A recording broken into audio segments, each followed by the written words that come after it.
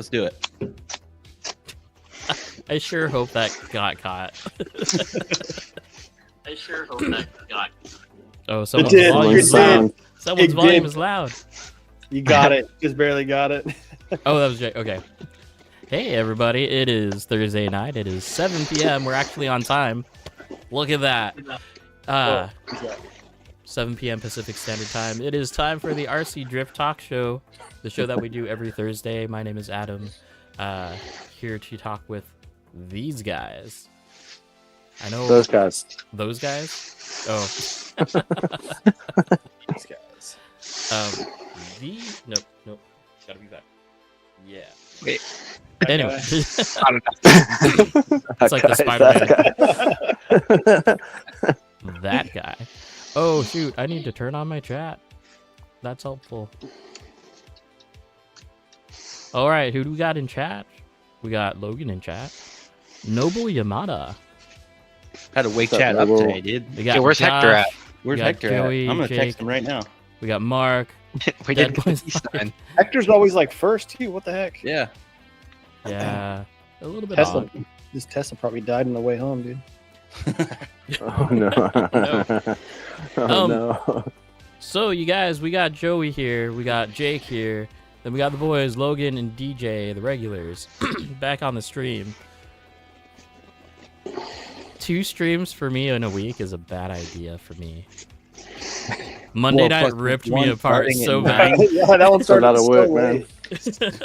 But it was so fun. It was so cool, like, talking with Aso, also, and Yeah. Hero. Dude, Hero, like, C23, like, the whole distribution of Rhino Racing and stuff like that, did not know that.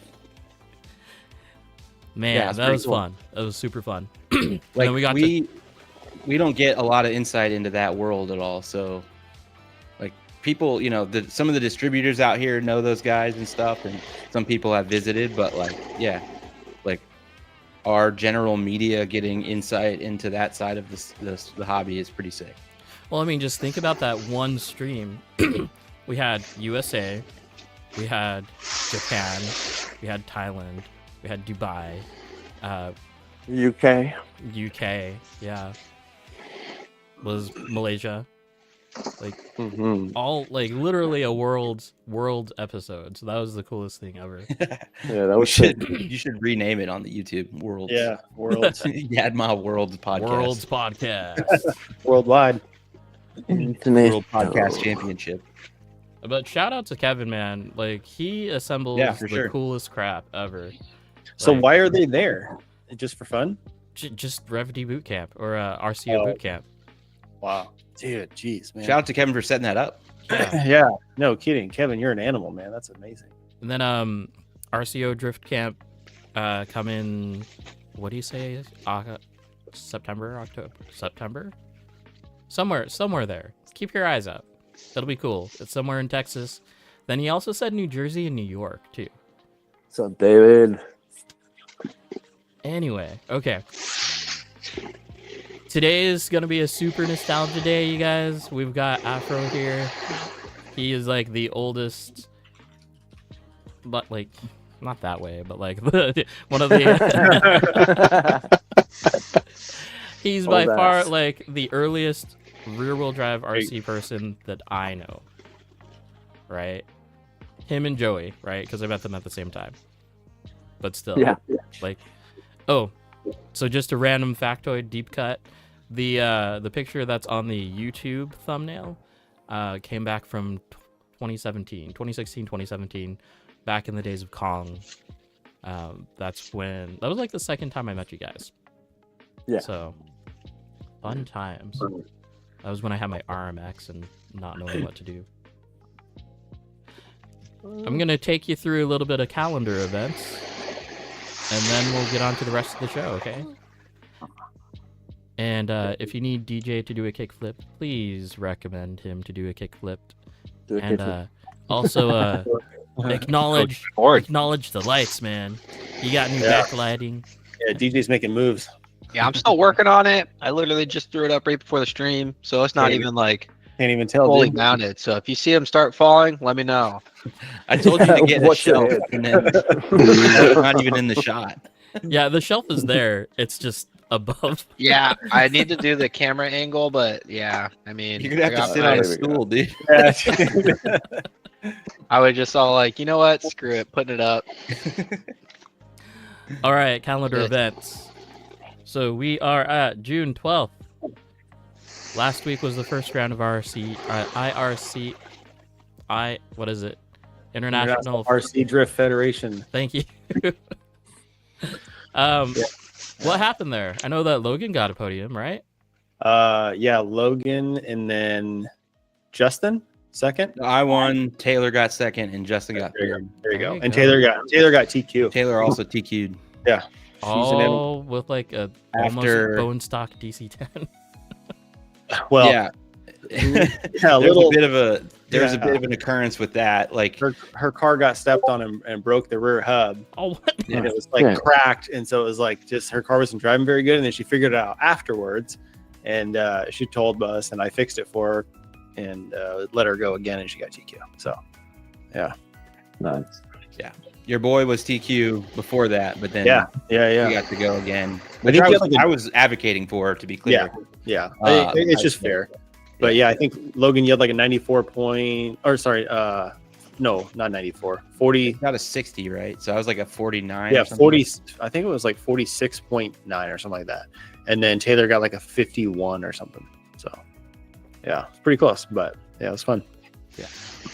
I did not comp because I was judging it. So if anybody was wondering, Yeah. that's why I didn't win. Honestly, Taylor, like, if Taylor takes this seriously, she could do so well at Worlds. Like, Oh yeah. Oh, I Yeah, think yeah. she's taking it seriously. I don't think she's not. well, to make the decision to go south. You know. Oh, right. Oh yeah, no, yeah. I've been telling her, and she's been talking about it too, about just going down for the competition. Just basically get there Friday, do Friday, Saturday, Sunday, or whatever day she does. But I was like, no, you need to go early. So we'll see. Yeah. But yeah, she'll do great down there. Yeah. Okay, so June 21st, Oregon STC round number 3. Be there. Yeah. Yep. That's coming up in what, 2 weeks ish? Week and a half? Yeah. Yeah. Is that, That- me and you that going one- for that too, hey Joey?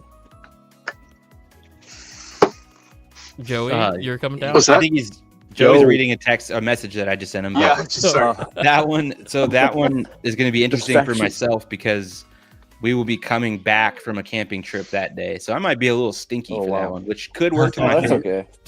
But yeah, we're gonna make the trip down for that. Hell one. yes. Hell yeah. Hell yes, dude. I'm stoked. So who's all Couldn't coming? make it in May, but we'll make it down for this one. Satellite. Gonna go to Satellite. Fill that entire outdoor section. Yeah, That'd be cool. that would be sick. So who all is going to be able to come down then? Myself, Afro, and then Josh and Galen Galen. and Josh should be coming again. Yeah, Sick. Hell yeah. yeah. Sweet. So that should be fun. Stoked. Yeah. It's going to be a good time. Okay, moving on. Oh, I have a exclusive update from the man himself, Hector. Okay. He said he's driving over to the Bay Area right now, but he'll catch the pod later, and he misses everybody, and he's sorry that he couldn't watch. Noble. Joey looks like he's scrolling for I just marketplace saw for that. Labubu's. Oh man, I got one. oh geez. Okay. Yeah, I did get one. Oh, they're everywhere. They're everywhere. They're everywhere now. Galen. July 12th, round 2, IRCDF. July 19th, Oregon STC, round 4. August 2nd, IRCDF, round 3. 2 Drift to Death, August 8th through 10th. August 23rd, Oregon STC, round 5. September 6th, round 6. September 13th, IRCDF, round 4. October 3rd through 5th. STC Worlds 2025. We're basically every other weekend we got something planned at PDX. So Yeah, no car shows this year, Sounds boys. busy. Oh God, no, we are booked up. it's too much. It kind of is. Like at the beginning of the it's year, I was never like, enough, "Oh man. yeah, let's do it," and now I'm like, "God, it's a lot." No, it's Yeah. not. Yeah, I think we'll learn from this year and probably next year try to split things up a little bit better. Get started sooner. Obviously, we didn't know. Yes. Yeah. We had issues at the beginning of the season because we didn't have the spot yet. So Yeah. Yeah. At least like maybe pad them a little bit further apart. yeah, like the thing is, this year we started super late because we didn't have the spot open yet. Yeah. Ray We, is here. we actually had to drop Drift Federation round because we had too many. So Yeah. be there, And then you next guys. year, I don't know if Jake wants me to talk about this, but I want to throw the idea out there. But like for all of the Northwest people, it'd be kind of cool to do like a Northwest championship kind of thing. yeah. Yes. A regional. Yeah, just try to get all the people down from Seattle and Canada. And Well, I've talked about that for a while. Just doing like, I mean, it's kind of bounced, around different variations of it. I said, Right. like Oregon, Washington versus Canada, or just do the whole Pacific Northwest. Yeah. Big Yeah. comp. Either way, it would be so much fun. So something in like January, February or something. yeah, It might be tough with the roads. I don't know if you can make it out of Surrey in the winter. Yeah, load in. Doesn't You- snow that bad up here, man. You just gotta be like Ray and fly everywhere, right? No? Well, yeah. Anyway. It's You not might that bad. have to hop on a bush plane or something. I don't know. I wish there was still a track in Seattle because we could do a series, like a 3-round series, where do PDX, one in Seattle and one at 88. Well, would I be mean, sick. it's just Guy and Linwood, right? Yeah, but that's not going to be there forever. The dude's going to be closing it down. So I think at the end of the month or next month or something like that. Well, Oh that's- no, Yeah. that's too bad. That Yeah. sucks. Are they? Yeah. Do we know if they're in talks of something, or just kind of it is what it is? They're going back to outdoors how they have always been. It's just too expensive to find an indoor spot up there. Jeez. So yeah, You guys see what Nova wrote? So That's okay. No, Nova writes, our Zamboni's handle great. Our Zambonis handle great in the snow. There you go. Perfect.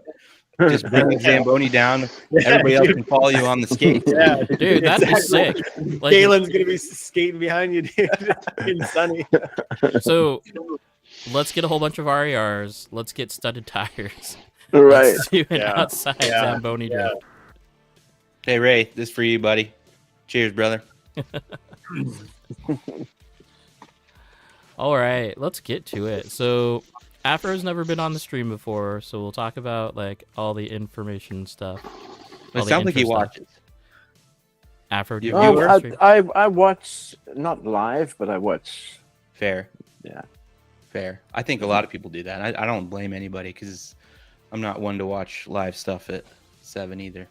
It's actually Yeah. really cool at like hearing like when people watch it, because Yeah. like a lot of the times it's always just in the background and it's just Yeah. whatever, right? Perfect background Yeah. Like- situation. I've heard that. I've heard it like in the back of work. I've heard it like while driving truck. Like it's really cool. Yeah. Yeah. Yeah. I've done it all. Yeah, I've done it all. I usually listen to it at work if I miss it. Anyways, okay, Afro, time to turn the spotlight on you. It feels like I feel a spotlight on me already. Actually, I might do something here. Let's do this. You guys, this is round number 2 of me using this template here. Let me know if you like it. I think it's okay. Let's make I think Afro big. Oh, yeah. Oh no. Yeah, I like this. This is cool. Oh no. Okay. So You're in the Nice. hot seat, bud. the hot seat. Let me fix this though. Maybe I'll fix it. No, I'm not even gonna worry about it. So Afro, I've known you a long time, man. I've known you and Joey a long time. A very long time, yeah. So let's go down that road a long time ago. You started RC drifting. What were you RC? Well, Where did I start? Or no, actually, let's go further roots than that. Tell us Okay. like who you are, where you grew up, where did the interest in drifting, any sort of drifting, come from? so, my name is Afro. As as we've been saying the whole time. So I'm from Cape Town, South Africa, originally, and I want to say drifting probably started. So we stayed on a farm, and then we had work trucks or farm trucks, and then you would just be stupid and drive through a corner as hard as possible. These were all diesel trucks, so you could shift lock them. But I never knew that was shift lock. It wasn't like I saw that somewhere and then that's what we did. It's just that you would do it. You would just drive into the corner, let's say going in third or in fourth, and then throwing it in second and popping the clutch, locking the rear wheels, breaking it loose, and then gassing it through the corner. And then let's say during lunchtime, going from the main part of the farm to where me and my brother stayed, there was a couple of switchbacks, and it was all dirt. There's no asphalt. I would try and slide through all of the corners, even through the gates. And then it got more and more stupid and more wild, right? Like just try and do tandems or chase each other or have buddies over on Saturday nights and then taking 3 of the trucks and chasing each other on the dirt, that kind of shit. My brother had a buddy called Anton, and he was a mechanic, and he had a BMW 325i, like the old box style BMW, and they would drift in an industrial area at night and then go back to the workshop and drink and get stupid drunk and drive and go fuck all the way into the night. So I think it's their fault. It's their fault for me to start trying this stuff on tarmac. I had a Honda, just a hatchback, and I would have a buddy just do the e-brake side of things, and I would do the gas side of things, that kind of thing. And then it evolved. But RC side of it, I used to race. I started with a TTL, TLO1, TLO2, something like that.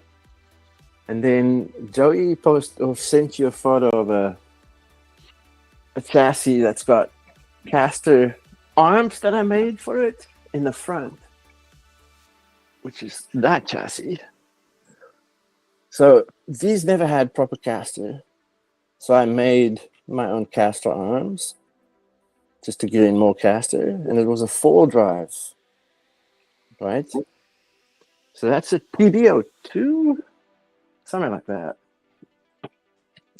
And I think that's where. So in the racing, the tires we had had a small window of grip. Like it would have no grip, and then grip up, and then the last minute, because it was 5-minute races. So the last minute of the race, the grip would just die away. It would just be gone. So luckily they were all 4-wheel drive, so you could slide it like a rally car. And rally was just super easy concept, right? It's just Power out. just yeah. Wherever you want to point it, shoot it, right? I want to say I'm going to blame my brother and the racing side of things, because my driving was very aggressive at that time. I think that's where drifting started for me. And then I had a whole bunch of buddies that I met, funny enough, at a rail car race. I had that TV chassis there with so there was no tires made back then. There was nothing. So I found some tires and then cut that exact size out of plumbing pipe and sleeved that onto the tire, I've done and that. then started driving that. And then eventually found a tire or a pipe that was more rubber than plastic. Mhm. So it started adding more grip to it. So these guys knew a guy that had a hobby shop, and he had a buddy that was in Japan. And then I spoke to that dude, and I was like, man, there's this chassis. It's made by Yokomo. They're going to release it very soon. And that's where I got the first Yokomo, which is that HKS body in the background. Yeah. And then Cape Town, I think, exploded. There was a whole bunch of us. There was probably like 8 of us. All of them then got that Yokomo chassis. And there's one guy that started a company called Odyssey Garage, and he strictly made tires. That's before Yokomo even made tires. Okay. He was making tires on a table saw with a router. Mm. Yeah. So you could cut it and round off the Cut edges. the pipe and then yeah. run the edges over. Yeah, so Odyssey Garage, I think there might be something on Facebook somewhere still. I don't know. I'm not sure what happened. But yeah. So yeah, I want to say that's where it started. That's And where then- like the interest of like combining RC and drifting was like, we can just put plastic tires on these bad boys. Right. And drive, nonstop. At The way we want to, yeah. Yeah. And then this shop was called Dreamers. And he eventually got Yokomo motors and chassis and bodies. Not even bodies. HPI was the only body company that we could find in South Africa. Not even Tamiya. Like there was a Tamiya distribution at that time, because that's where, like with the racing, it was Tamiya Cup, right? So it was just straight out of the box. Whatever's in the box, you drive. So the only thing you change is the radio, right? You can have whatever radio you want. And to think those races still exist today. Yeah. Yes. Yeah. It is. Yeah, and I'm still very And- interested in them. They're amazing. So what you're saying is you didn't really get into RC drifting. RC drifting got into you. 'Cause Yeah. you're already there. Yeah. It's not something that was around. Mm-hmm. People were like, That's pretty cool. I mean, I recall people at the racing club would go, "What the fuck are you doing?" Like, They still do this that. is Oh yeah. no, Yeah. I know, and I still, I mean, I've tried a race, and then realized that it's not for me, and then Yeah. a couple of years later, race again, and then it's still the same. Stop doing it again, and so I've got an accumulation of racing stuff. Yeah, more than that. I've got more racing stuff than drifting stuff. Definitely. That's actually really surprising for me to hear that. Yeah. Yeah, I mean, that's brand new YZ4. Oh, sorry, YZ2. And I've got YZ4 YZ2. I've got stadium truck. I've got 4-wheel drive. I've got BD11, BD12, BD9. Yeah, I've got a BD9, BD10, BD11, BD12. And I think I've got the latest one, but I haven't touched it. The Master Touring, Mm-hmm. whatever that series is, because they Yeah, changed the the entire touring naming scheme cars. to that. Yeah. So is Make there a it- track on the island or that you race at or what? So yeah. There's Core, and then there's IROC. So Core is the off-road indoor carpet off-road track, and then IROC is Where's touring Core? cars. Where's Core located at? Also here in Greater Victoria, Okay. there's a hall that they hire and Yeah. do off-road racing in there, and then the on-road outdoor touring car guys they've moved from one area to Uvik, I think it is, yeah. In their parking area or something like that. Yeah. But yeah, not my kind of people. Yeah. Definitely. Yeah. Yeah. It's with me, it's share everything, help everybody. Yeah. Don't drive into someone deliberately, that kind of thing. Just to, yeah, I know. Yeah. That's the Yeah. one thing. Just I the can't racing do it. mentality is crazy. I know. Like, it just don't share anything. I'm like, no, that's not for me. No, It's- man. It's so weird to me. Like I don't know if it's just my own ego, but like, I don't want anyone to have any reason. Like, if I'm victorious or I win something, like, I don't want there to be excuses or reasons. No, Yeah. yeah. And like purely for that, I'm like, Yeah. whatever you need, Yeah. whatever I can do to help you. I want the best version of all the people to show up. Everyone, Right. You know what I mean? Yeah. I think every single RC drifter or even drifters, worldwide are like that too. Like they want to just straight up have the best competitive, car that they can. Yeah. I mean, they want to beat you straight up. Even if we're not like competing, I want all the best driving to Yeah. happen on the track. Like, Right. Yeah. Yeah, like way back in the day, I got invited to go to the Worlds and be a crew member for a pro racer, and my job was just to do rims and tires. That's all I did. And let's say Jake is sponsored by Yokomo, and then Logan is a Yokomo driver. Okay, Logan's stuff will be 10 times better than Jake's stuff. You're driving for the same team. Jake's not pro.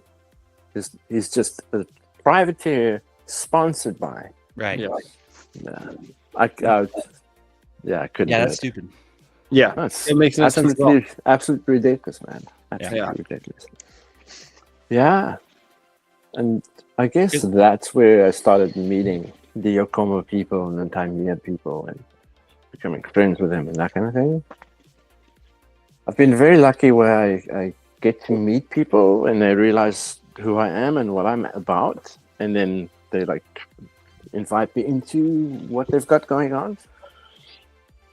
And yeah, I want to say I've met, oh shit, man, I've met so many people now. If I think about it, I by chance met Von Gitten, started helping him with stuff, and then he introduced me to other people, and it just exploded. It just went out of control. Sick. If you didn't realize, there was a very quick shift over to real life car stuff. Yeah.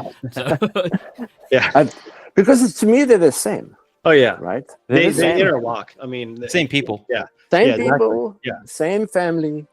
Yeah. We love their stuff. They love our stuff. Yeah. They don't know how to do our stuff. We understand fucking everything because we had to figure it out in 1/10 scale. Yeah. But yeah, it's amazing. Joey, you awake, dude? I'm awake. I'm listening. Yeah, I don't know. Yeah. How deep do you guys want me to go? Well, I'm curious about the transition because obviously you said you're from Cape Town. When did you move to where? Yeah. So, as a young kid, myself, my brother, my mom, and my dad, we moved from South Africa to the UK, to Surrey, Camberley, and I went to school there. And then I moved from there back to South Africa. And then this whole explosion of RC and stuff happened. So you found RC back in South Africa. Mm-hmm. Okay. And then I met a very wonderful girl. And then I had a child and realized how bad or in the direction that South Africa is going into. And then moved from there to Georgia. And then the only thing I could take was that Yokomo, which there's a photo that Joey posted. I could only throw that in the backpack and clothing for 5 days. Moved to Georgia, USA, and then drove that little guy outside of an apartment complex on my own because I didn't know where anything is or if there's even any RC in Georgia at that time. I don't know. Then went to a Formula Drift event. Was it FD Atlanta? Yeah, FD Atlanta. Sick. And then met two guys because I had my RC car with me. I was screwing around at that point. At that time, I was buddies with Garage Boss. What year is this? Ross Petty. Mm-hmm. Oh my God, what year is that? That's early. I want to circle back on Ross a little bit. Uh-oh. No, it's a good thing. I just So, man, I can't remember how long back that was. That's pretty early on in FD. yeah. This is when before Vaughn was part or on his own. They were all Falcon. They had like 6 freaking cars. Probably like 7, 8, 9-ish, something like that. Yeah. Something like that. Yeah. Anyway, I would go the day earlier and somehow sneak in for media. Everybody at Atlanta knew who I was by that time. Got in, hanging out with Ross and those guys. And then, here's Vaughn, there's Justin Pollock, there's Tyler McCrory, Calvin One, Mickey Ruji, Robin Ashida, all these guys. You would, you need some help? You want me to move some shit? Just helping people. That's all it was. At that time, the ASD owner was Ian. And because he's a Kiwi and I'm a South African, we had a lot to talk about. And we would talk shit about the American drivers. Just joking around. Fair. Anyway. Yeah. Not fair. Just being silly. And then, before you know it, I meet these two guys. They were like, what RC car is that? Oh, Giacomo. Oh, no way. We have 4 people that get together on a Sunday in a parking lot here in Atlanta, so on, so on, so on. So I got invited to go hang out with those guys. So I don't know if you want me to go in the real direction or in the RC direction. We want both. Whatever you want to do, honestly. Yeah. Okay, so I met up with these guys. They had a little competition going on. At that point, I had a Yokomo Kuni's body, Kuniaki. Drove the event, beat them all, and then felt like an idiot for beating them because they still didn't understand that it's the same thing. They didn't get it. This is all counter steer, right? I had counter steer by then. It's all counter steer. They were 50-50 still. Oh, you had advantage anyway. Okay. Yeah. Yeah. So with competition, I hate it because you can be friends with everybody and then you'll start seeing a change in people. You'll realize, wait a minute, maybe we're not that close. We're not that good a friend because their attitudes will change if you start whipping their ass. Yeah. People don't like it. Anyway, so I did that. With the real side of drifting, I hung out with Ross Petty and those guys. They were still SR20 back then. They were making 480 horsepower on an S15. No, even before that, Ross had a 180SX with a RB26 motor in it. And let's just say the communication between him and the engine tuner back then was not good. This is before he went private, you know what I mean? He made his bottle green S15 and built the SR in it and all that stuff. Anyway, and then he met Frank, which was race tune. That was strictly the tuner side of his car, like the electronically tuning side of his car, not the chassis. So I would help them as much as I could, as much as Falcon would allow me to be around their trailer and that kind of thing.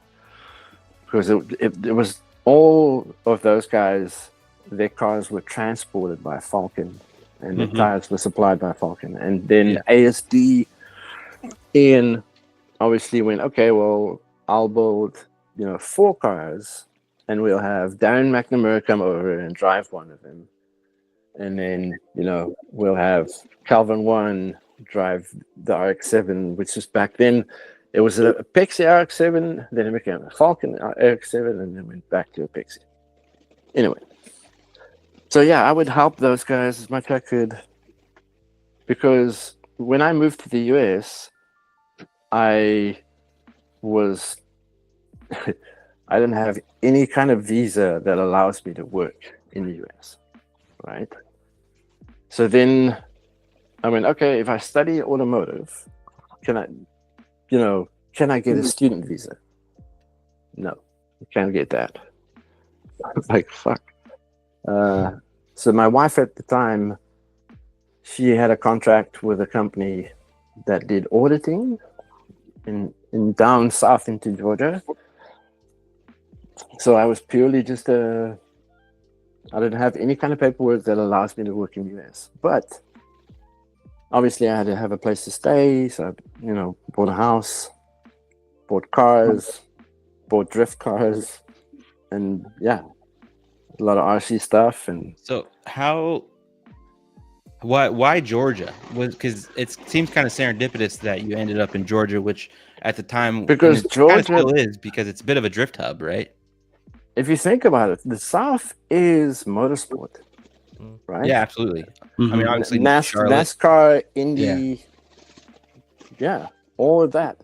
So You have the West Coast, but it's not, all the motors and that kind of stuff, like the proper motors and all the industrial stuff is Southeast. yeah. But was So- that the influencing decision of why you went to Atlanta or to Georgia? I want to say yes, Okay, and cool. because it's cheaper to move to Georgia than anywhere else. Fair. But at that time, Yeah. it was cheap. It was cheap. But I mean, at the same time, it sounds like it was a pretty good move, like, because obviously it connected you with all these people. yeah, So it's like it worked out. 2 birds with 1 stone, really. It worked out perfect. Cool. Yeah. Yeah. So, not fire. Well, like, just I think it, the area is still a lot of drift stuff happens down there, like you said. Yeah. All the vendors are down there, and Oh yeah, yeah. If you look at, let's say, RTR, which they don't have a small place. It's just, it's a city. it's an Yeah, old right. NASCAR shop, right? Yeah, Yeah. exactly. So you have that shop, then their motor supplier is a couple of hours away from them, Yep. right? Tires, a couple of hours. Brakes, you name it, it's all there. So All of the performance, all the big dogs are out there. Right. Yeah, anybody that's huge, like proper race team, and I'm not a Ford fan, but I am, because what Vaughn has done. If you think Vaughn started with just the S13, and then went, okay, well, here's a chassis that we can buy, or Ford will buy for us and give to us, and we can start working on it. Yeah. If you think about it, Vaughn started with fuck all, like nothing. And where he is now, he's got a full drift team, right? With 2 18-wheelers that carries 4 cars, with 4 spare motors, with 4 spare transmissions, 4 suspension, rear and front, everything, with the fuel for them, with all the tires for them, right? That's just one of his things. Then he's got an off-road team, Yeah. right? Which him and Haley or whatever it is, I can't remember his name exactly, but and the off-road side of things are bigger, so you need bigger rigs, Yeah. and you need a pre-run vehicle, Yeah. right? Yeah. So And you can now insane. go to a Ford dealership and buy an RTR Mustang. Yeah, That's number 3. With a Right? That's warranty. part 3 of him. Yeah, exactly.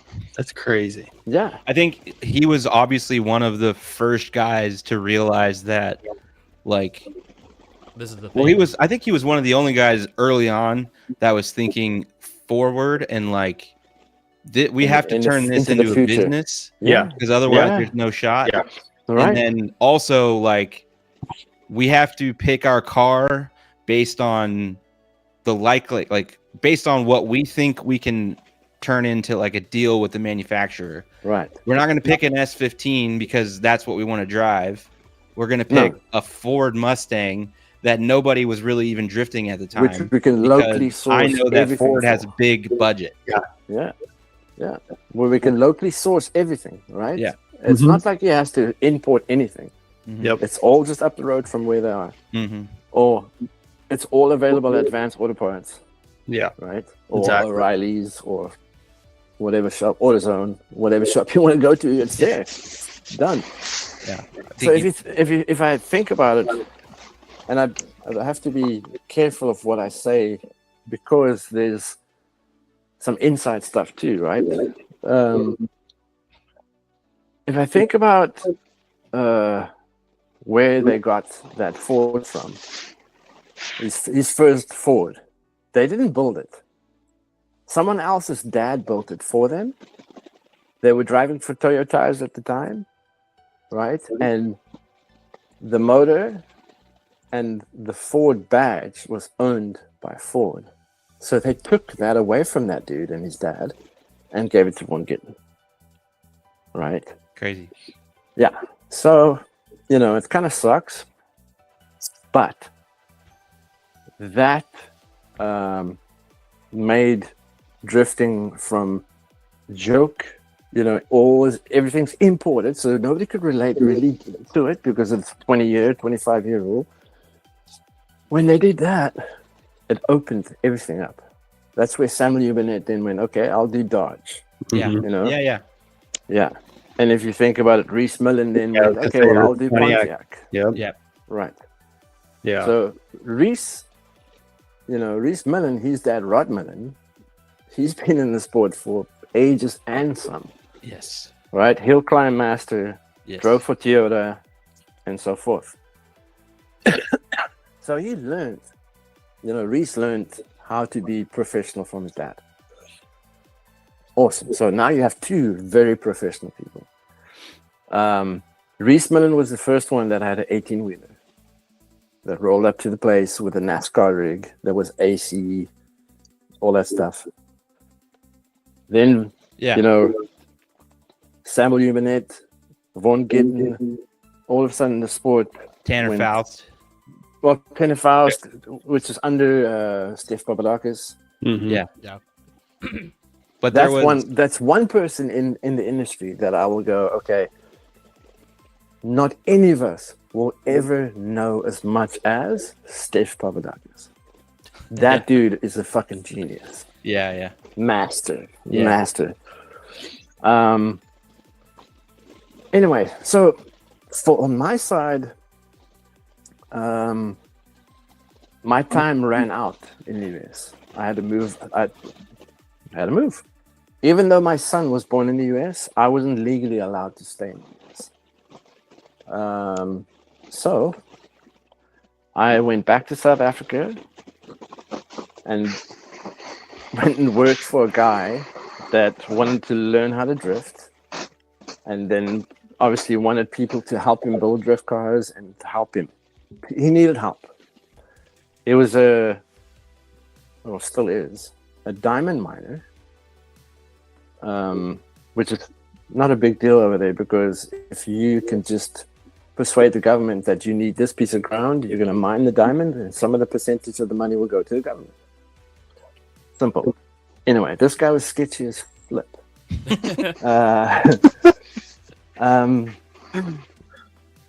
His place, I want to say, is 8 hours drive from the closest proper city. Right? So it was in the middle of nowhere. But in the middle of nowhere, you can build what you want.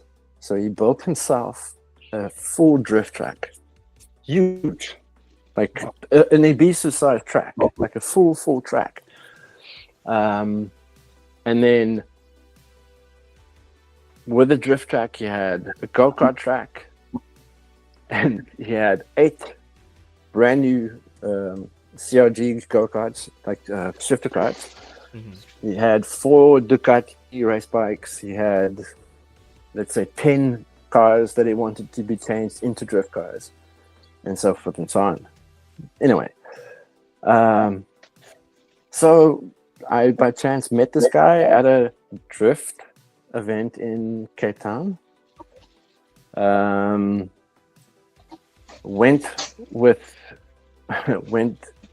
and worked for this guy for X amount of money, which if you're lucky you get paid, which I didn't know by the time, and I never got told that, oh, just by the way, he still owes you $60,000.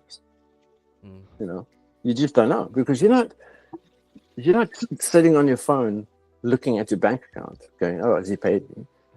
Right? You're just going from your house to work, eat food, go back.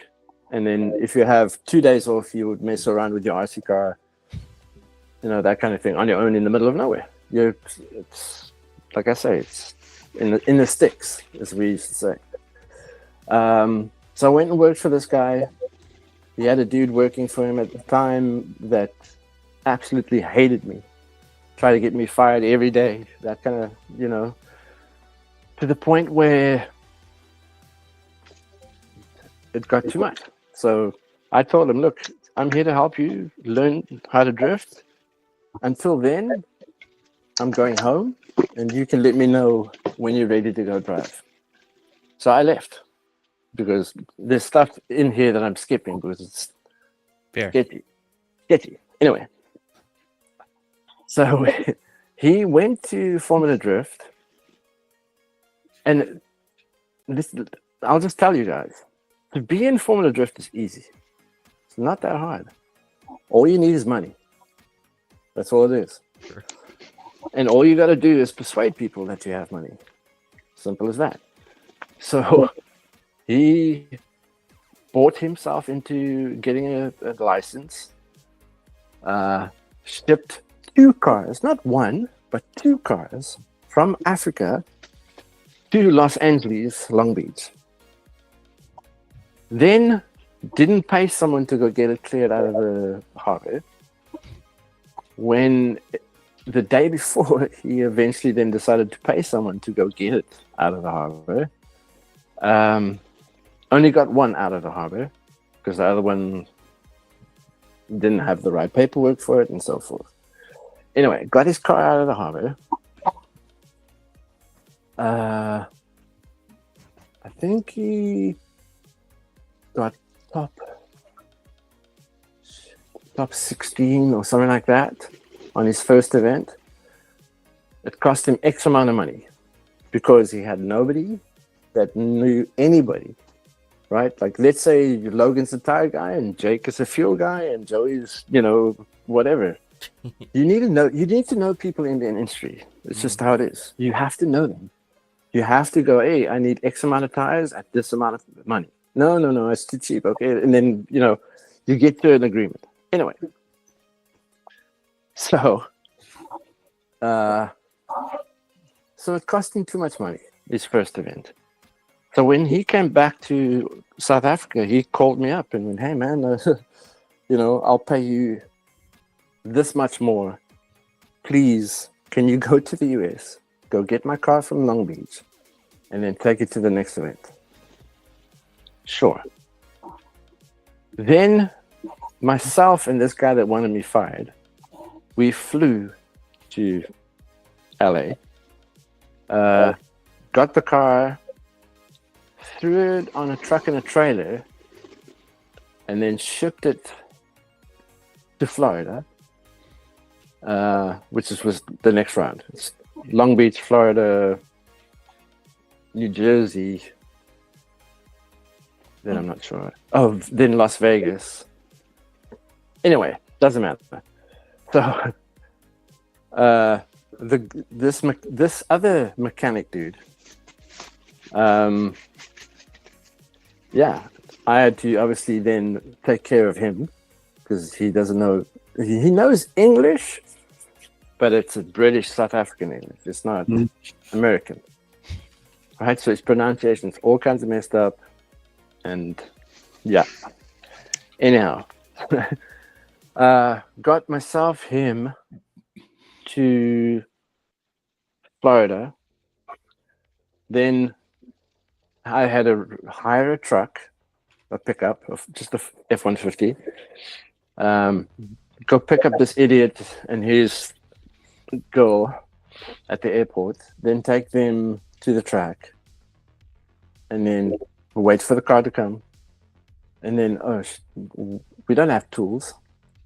We don't have jacks. We don't have zero zip zilch. We don't have nothing. Right? So, luckily, I'm friends with a lot of people, so they were like, okay, what do you need? Whatever you need, we'll hook you up. We'll help you. Let's go. And this wasn't just, this wasn't doing him a favor. This was doing me favors, right? Yeah. I'm calling He's in not favors. Yeah. He's expecting you to fix the car. Right. Yeah. So I'm calling in favors from everybody. He had to change. Well, he wasn't happy with the gearing, number one, in his gearbox. Okay, sure. We had a spare, luckily. So with these cars, it was hydraulic, right? But you can move the hydraulic bearing. You can move it closer to the tranny or further away. You can adjust it. So he wasn't happy. Okay, take the gearbox off, put it back on. Take it off, put it back on. And this is in Florida. Like, it was nice and hot. Then, because he had nothing better to do, he approached a tire company that was not good enough and kind of signed the deal with these guys. Anyway, so I had to pull in some favors again and go speak to Falcon and Vaughn and go, please, can you guys just push these guys out of the way and supply us? So, once again, pulling in favors. Anyway, let's say by Seattle, Washington. Before I got to Seattle, Washington, I'm skipping over stuff because we're gonna be here for a long time, dude. Yeah, fair. I'm just skipping. I'm jumping 3 rounds later, just to give you an idea that we had no rig, right? So we went to New Jersey, flew there, rent a vehicle on my card. Anyway, this is not on his cards. This is all on my card, dude. I'm supplying the money. Anyway, we get to New Jersey, and I go, hey, Vaughn, just by the way, do you maybe have a spare rig? Because, yeah, dude. For you, yeah. This is before he had rigs and the huge shop and all the stuff. He had a Peterbilt motorhome, right? So it's a Peterbilt truck with a camper on the back, and then a 5th wheel attachment, and then a stacker trailer. He had this sitting in his yard in Massachusetts. Yeah, as you do. So this was the Drift Alliance Falcon rig. He's like, dude, take this thing. Don't pay me. Just do it. So he already, I think, had plans for me. But anyway, so I took this rig and threw this idiot's car in there and drove it from there to Georgia, and then from Georgia to Seattle. Now, to drive from Georgia to Seattle, I'm the only guy that has insurance in America. I'm the only one with an American driver's license. Right? So this idiot goes, yeah, I'll drive as well. So I go, dude. Okay, If you want to ask him, go ahead. Oh, it's okay. It's okay. He's got that money attitude. Anyway, Yeah. so we drove. I would drive, and while I'm driving, he would sit next to me. And then when it's time for me to sleep, he would grab the wheel. I would put it on cruise control. No, I didn't even have cruise control. Bullshit. He would grab the wheel. I would get out. He would get on. Like swapping, like that. Hot swap. Yeah, hot swap. So I would go to bed in a RV camper fucking thing. I would go to bed, but in the back of my head, I'm waiting for the swerve and the bang. I'm just waiting. Anyway, I've been in that situation before. dude, I hate it because you're not really sleeping. Anyway, so we're all but, and we would be going on like that. It felt like a year to drive all the way from southeast to northwest, right? Anyway, we eventually got to Seattle. We went to Everett,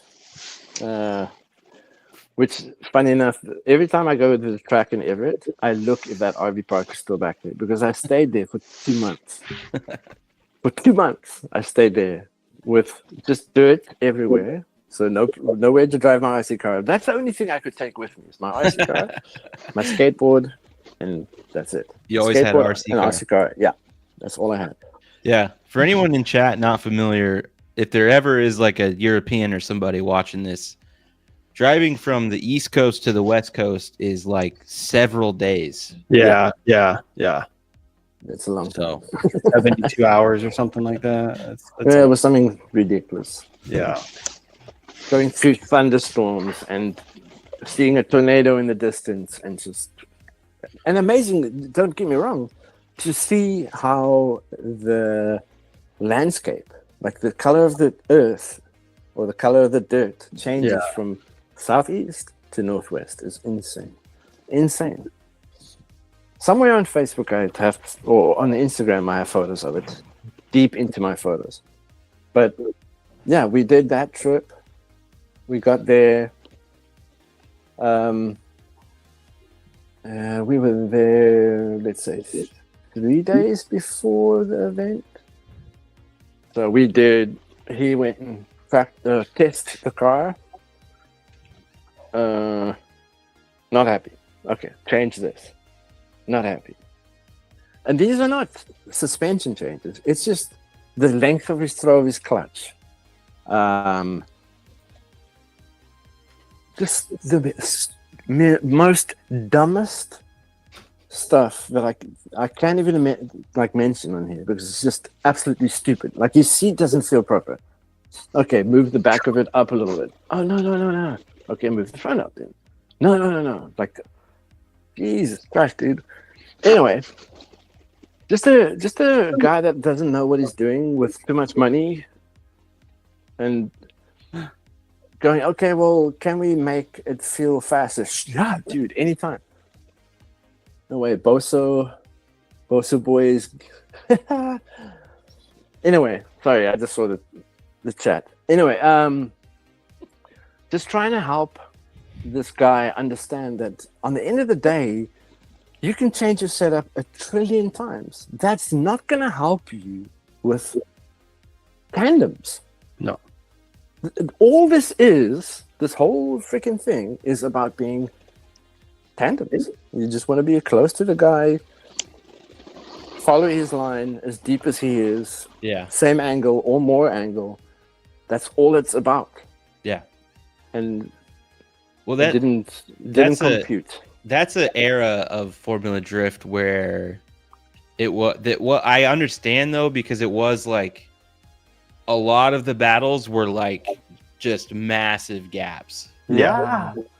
It got to the point where they were like, okay, we're going to make this new thing. If you're not close enough, it's an unjudgeable run. Yeah. Yeah. Simple as that. Yeah. Yeah. Anyway, so Just the difference in cars in that era where some of them were like crazy. unbelievable, man. Unbelievable. So he qualified pretty good. And then he went out for practice and somehow his throttle got stuck wide open. So he shut the whole car down, brought it back into the pits. This is in practice. He's like, no, open the fucking, just take the, he was flipping out.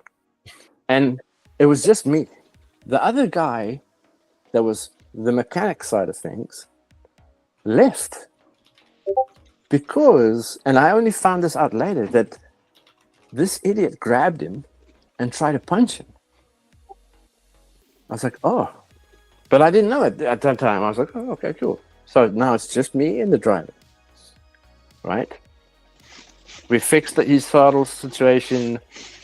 He had an alternator go down. I went to Reese. He had a special alternator. I threw that on my car, or on the car.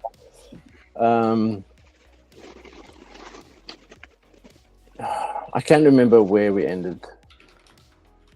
But while I was in Seattle, I got an email saying that I need to land.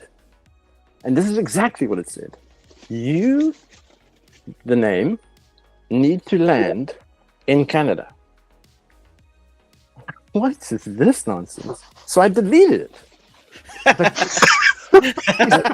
Nope. Send me this kind of spam. What the hell is this? Anyway, that night, I called my wife at the time, and she's like, "Oh, did you get the email?" What email?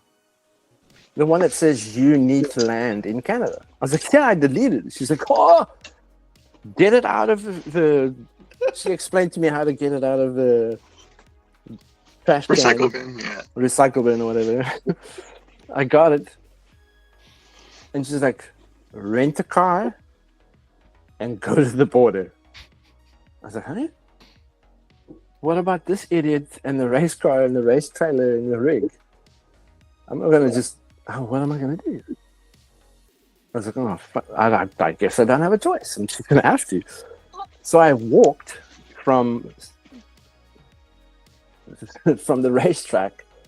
It felt like a 2-hour walk to the nearest rent car, and rented a car and drove into Canada.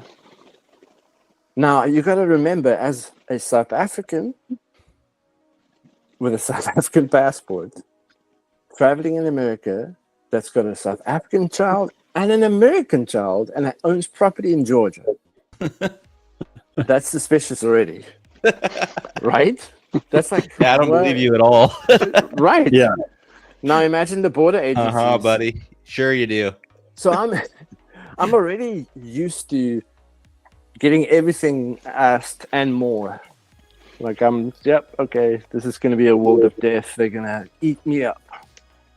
I get to the Canadian border agency, and the guy's like, oh, what are you here for? I was like, oh, I have this email to say I need to land. He's like, oh, no way. Just go over there. I was like, oh, I'm going to get nailed so hard. So I drive, I stop, I put the guy goes, put your key on the window. I'm like, oh, God. I put the car keys on the window. I go in there, and the guy at the counter, super nice, dude. Super, super nice. He goes, dude, I've never done this before. Do you have your passport? I was like, yeah. I gave it to him. I was like, oh, God. He takes a stamp. He stamps it. And he goes, welcome to Canada, sir. I was like, what? What do you mean? He goes, you can go into Canada or you can go wherever you want. You can come here as much as you want. I can't explain to you guys the freedom that I felt having accomplished a place where I can take my family and they can be safe. Anyway, that's a whole nother story. No, that's real though. I mean, like, yeah, I can imagine what it's like to finally be somewhere for once where you're not like, what the fuck's gonna happen tomorrow? Yeah, why are you you here? Yeah. What are you doing here? You shouldn't be here. Yeah. Anyway, so I went into Vancouver. I went and saw a shop called Neptune Drift, which it was pretty cool hanging out with those guys. I took a couple of photos. I had a pretty big, powerful Nokia with me. No, not Nokia. pancakes or something, some huge ass thing that this diamond idiot bought. Anyway, I stayed there. Oh, I finally got a proper shower and a proper sleep because I've been in this RV for months, and RV shower can only shower so much, right? Like, so I stayed there for a couple of days, then went back to Seattle, grabbed this idiot, drove from there to Las Vegas, right? And that's where things really went south. Like, that's where I figured out that this idiot hasn't been paying me the whole time. Like, I never got paid. So I asked him, what's up? You gonna decide to pay me or what's going on? He's like, what do you mean I need to pay you? You've got money. Why do I need to pay you? I was like, what do you mean you're not gonna pay me? I have a contract with you, dude. Like, you owe me X amount of money. He's like, oh, I don't want to talk about it now. It's like, okay, all right, sweet. So practice day comes. He somehow wangled a deal with a local dude, which is more sketchier than him, to work out of his shop and, for them to help us, kind of thing. Instantly at the track, this dude walks up to me and goes, oh, so you work for me now? So I go, no. I don't have a contract with you. I don't work for you. I work for this idiot. Anyway, long story short, he tried to punch me in the face. I pushed him away. Then had the whole Garage Boso team with wrenches and jack handles and all kinds of shit walk up to him. Ross was gonna smash him. Like, if Ross gets angry, you gotta walk on, dude. Like, get the F out. He looks that way. Ross looks like that. Yeah. He reminds me of like Mike Vallely type shit. Like, Yeah. Exactly. Yeah. Exactly. But more violent than Mike. Because I've seen Ross do some shit that's just like, oh, okay. Anyway, so yeah, they grabbed me and they were like, okay, you're staying with us. Oh, where's all your tools and stuff? They sent his boys to go get all my tools, everything this idiot had. They went and grabbed it out of his race car or out of Vaughn's race car trailer. Then I went to Vaughan and went, okay, here's your trailer back. You can sort it out with him. My insurance is gone. I took the tags off. So they couldn't move the trailer, right? They couldn't move the trailer. I got all my stuff. I'm staying with Ross Petey and them. And 2 days later, I got invited to go to China to go do judging for the World Drift Series. Yeah. So this is where real drifting and RC went like that. RC exploded for me, like huge. They took me to the HPI factory facility where they build these chassis, like the Strent 2, the Flux, all this stuff. And they had this new chassis called the TCFD. And they were like, here, because you represent Vaughan and them, here's your chassis, brand new. It's not released. So don't show anybody. Mess with it. And when it's released, then show people. So I was like, okay, sure. And they gave me a Vaughan Gittin Mustang body. And anyway, let's just say I went with stuff and I came back with more stuff. I left America with a backpack and a plastic bag, like a black bag with my clothing in it. That's all I like. I went to China, and this I'm gonna blame Larry Chen for this because he was buddies with the guy that runs the World Drift Series. His mom, this guy, his mom was a councilman, and to get people to vote for you in China, you have this huge event for the people. And they were like, okay, car culture is going to explode in China anyway. Let's have this huge event where we invite as much top tier drivers from around the world to come drift in an Olympic stadium. Right? This is an Olympic stadium, dude. It's huge. I It remember makes the seeing Rose that. Bowl makes the Rose Bowl look like a pea, like Yeah. a little thing. I think the first event we were in Shanghai.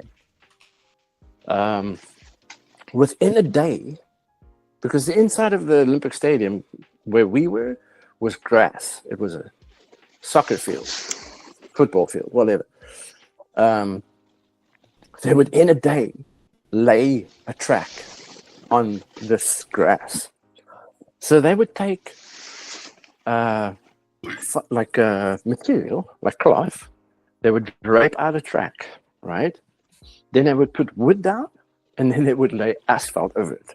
Within a day, they would do this for a bowl of rice, right? It's not like they unionize and they're going to stop and they're going to have a smoke and no. They do it. Like they roll it. They steamroll that shit flat. They make it perfect. Then they get Philly blocks and they lay out the track to whatever design I want.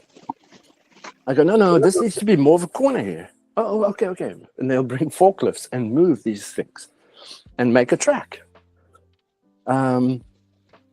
It's also the only place where, like I saw Ross in a pair of shorts and flip-flops and a t-shirt drift this track in third gear, hauling ass through this thing.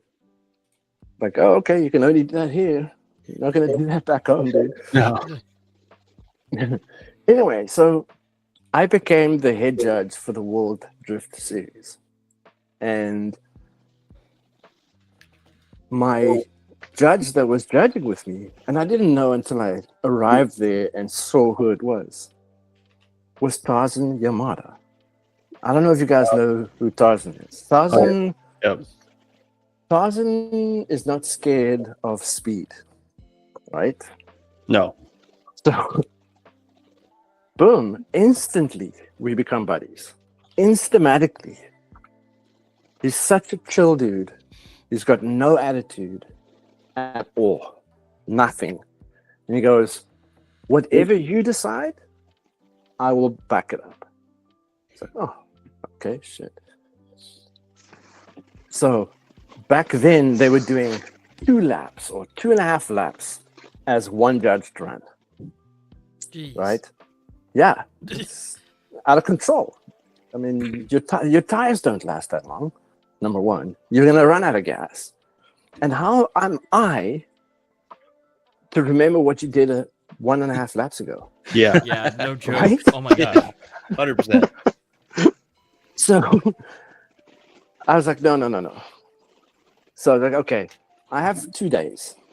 I'm going to change the rules and the way it's getting judged and explain it from my African English to Chinese.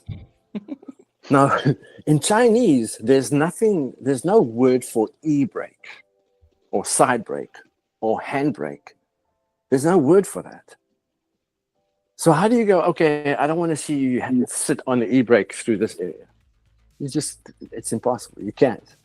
So I had to, it's like trying, at that time, my translator was Echo, which is now a big deal in FDJ. She's the girl with the pink R32. She was working for WDS, and she was my interpreter. So we would sit for hours and try and translate this stuff. And then here today, okay, I'm going to do a driver's briefing. So you can say, let's say 5 words, then wait for her to say it. Then you say it, then say it. So a 30-minute driver's briefing becomes 2 hours, right? Anyway, so yeah, I mean, going to China, meeting the HBI guys, then building that stuff while I was over there. They had motors for me. They had everything for me. They had a radio for me. They painted the body, everything. They're like, here. And then throwing the RC car onto Chinese news, which, you know, let's say America or North America has, you know, 1 billion people. They have 10 billion people. Yep. So getting the opportunity to have an RC car, you know, oh, this guy is from Africa. He's the head judge for this event. And, oh, he has this, which is a replication of this driver. So it was just, everybody then went, oh, wait a minute. This idiot can market stuff. He can, you know, if we give him a set of glasses, he's going to wear it. People are going to see it. So all of a sudden you have all these guys that want to give you stuff, that want you to represent them. So it's not like I'm sponsored, but I got stuff for free. A lot. Lots of stuff. Like I remember going to one of the Formula Drift events in America and getting a box of sunglasses made by Megan. A whole box of 20 of them. Not one. Here's one. No, here's 20 of them. Destroy them, give them away, whatever. You know, that kind of thing. So, yeah, going from America to China, then now you're someone. Going back to America, it was hard for me to go back into America. But everybody was like, whatever you need, just let us know, whatever you need. Just let's go. So I stayed in America without my family. Oh, I want to say 2 months. Now I had 2 RC cars with me. We're moving up. He We did got rid rid of the of two now, skateboard. baby. He got rid Right? of the skateboard. We got a double-decker RC car I hauler. want to say, well, the only car hauler I had back then, I still have it actually. That was in Africa, and I'm in the US with this 2 RCs and a skateboard. I think Ross actually broke my board by accident, or you know, it snapped. So I didn't have to worry about that. I was like, oh, you snapped it, you keep it. In Speed Hunters, there's a photo of all of us sitting outside of a McDonald's, and Ross has got the board snapped on the Ronald McDonald's head, like within the photo.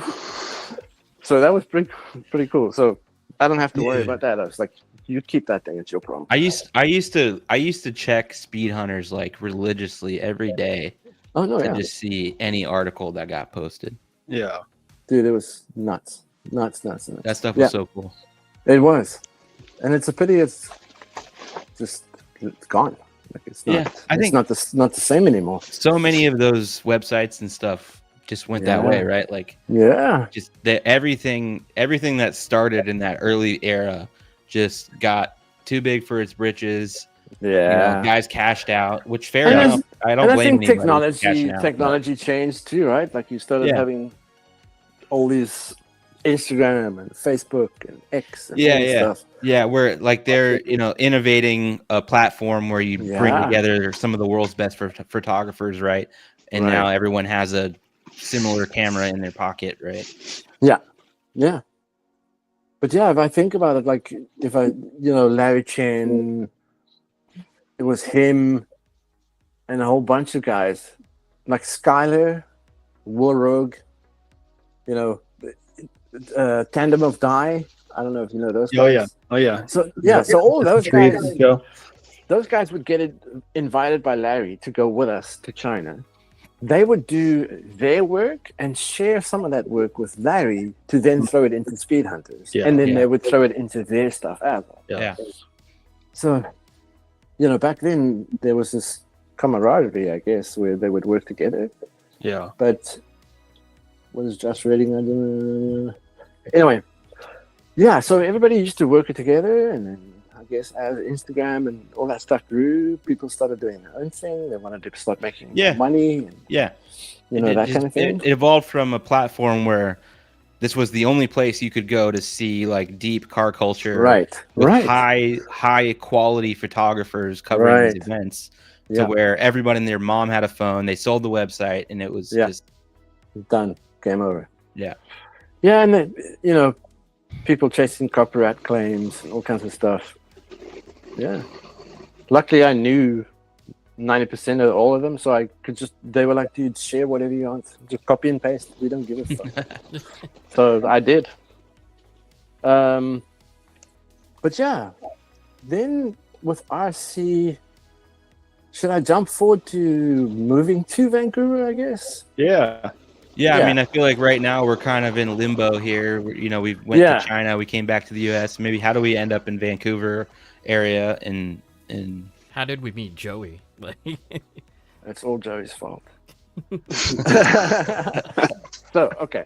So, obviously, when I was up here in Seattle for the Formal Drift event, I landed in Canada. When things went south between me and an idiot, I jumped on a plane and flew to Vancouver and stayed with a dude that had a garage. I was going to work for him. I didn't realize that he was going through some issues. So I kind of hovered on his couch as long as I could. I worked for a dude that cleaned movie studios. Like the inside of the roof gets really dusty and stuff, and when they create a lot of sound in it, the dust would drop onto the set. So my job was to clean the inside of these movie sound stages. Then made enough money to rent a basement suite. Anyway, moved myself first, got a job. Then my wife and 2 kids flew from Africa to here. I don't know how she did it, but she did with 2 young kids and all of their baggage. She somehow did it. Anyway, and it's not one flight, it's 2 flights. yeah, Right? One 13-hour flight and one 13-hour flight, and then you have the layover. So from you walking out the door in South Africa to Over a walking day, into the easy. door, it's 36 hours yeah, of travel time. yeah. Right? Yeah. Anyway, I had my RC car. I was like, I wonder if anything's going on. I try to look online, and the only thing I could see is, I think, 110 Drift. Was it back then, Joey? 110? Or what was those guys, man? I think it was they 110. It was 110 Drift. I'm pretty Anyway, sure. Yeah. I don't know. Don't forget this name, 110 Drift, because it's going to come up a couple of times. I then found a hobby shop, which was called Go Hobbies, right?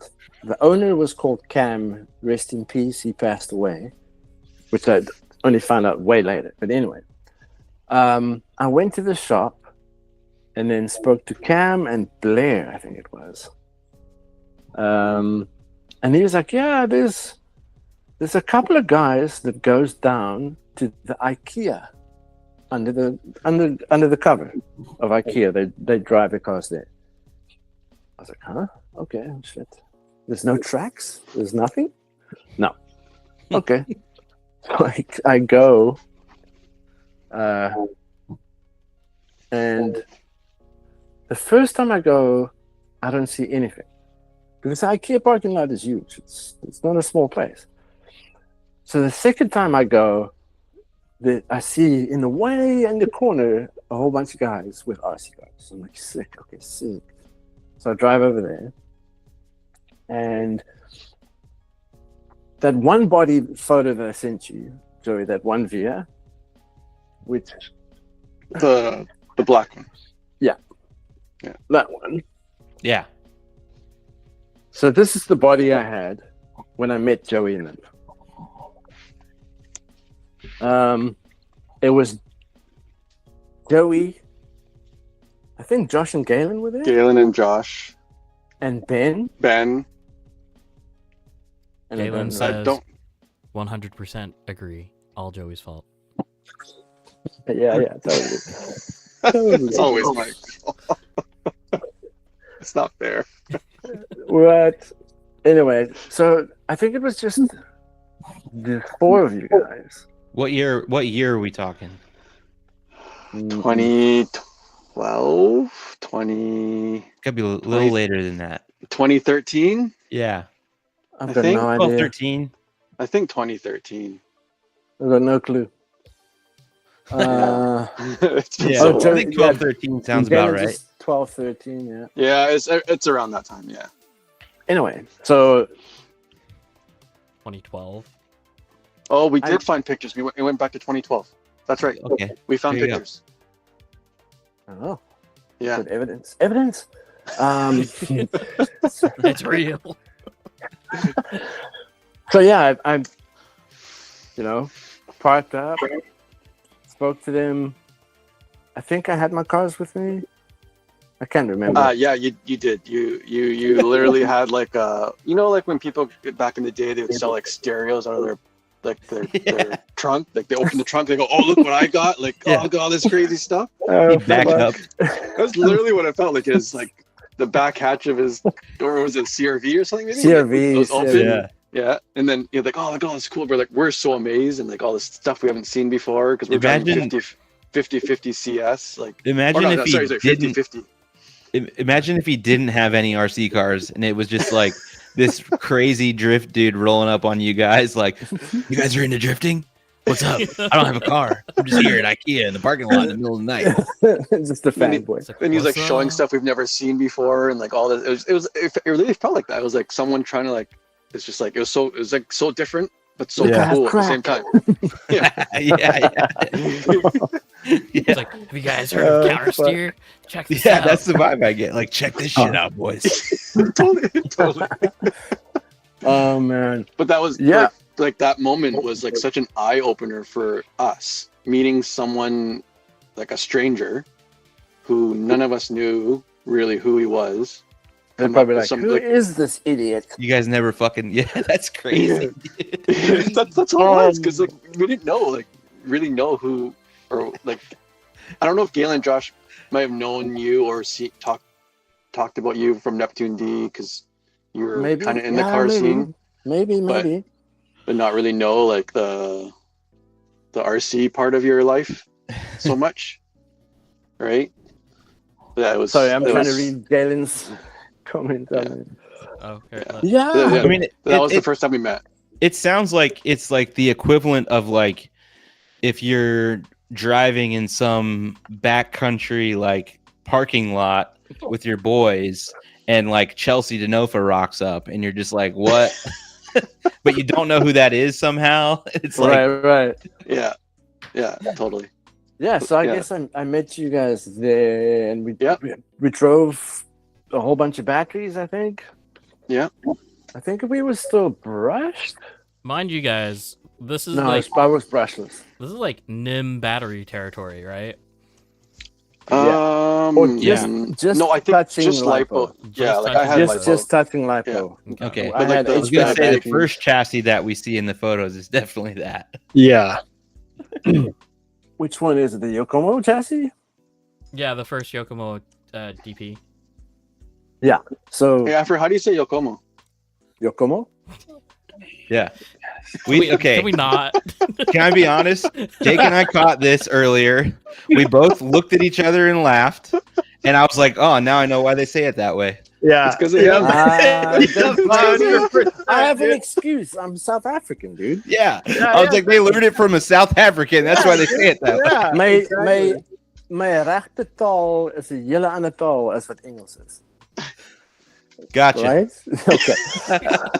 That's for my South African people. Now you know why I say it like that. Yeah. Yokomo. Yeah. No, for the longest time, we just thought it was a Canada thing. After the reason Joey says Yokomo weird. 100%. No, Yeah, I'm sorry. I swear to God, Sorry, Joey. so funny. Afro, It's the okay. first time you said it, me and Jake literally somehow made eye contact in the chat, and we're both just laughing. Yeah. And I was like, no. that was it. It Yep. clicked. I was like, that's Yep. why Joey said it that way. I got it. 100%. Makes sense. Yeah. Now I forgive him, honestly, for all the mistakes that he's made in his life. I taught you guys wrong. You taught us well. No, fuck, I don't know. Yeah, I guess, back then it was, I think I had, my Yokomo was CS. Yes, everything you showed up with was CS. So even the TCFD was CS. And Yeah, we were it all was CS at the 50-50. time. Right. Yeah. Yeah. And then I was like, wait a minute.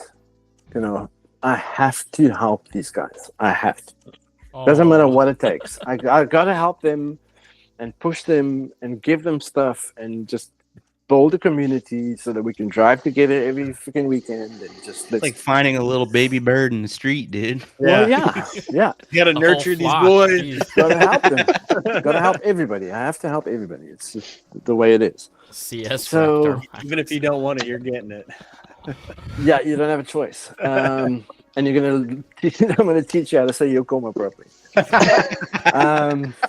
So You hear that, Jake? Logan? We're going to teach you how to say it properly. No, we're good, dude. Good luck, dude.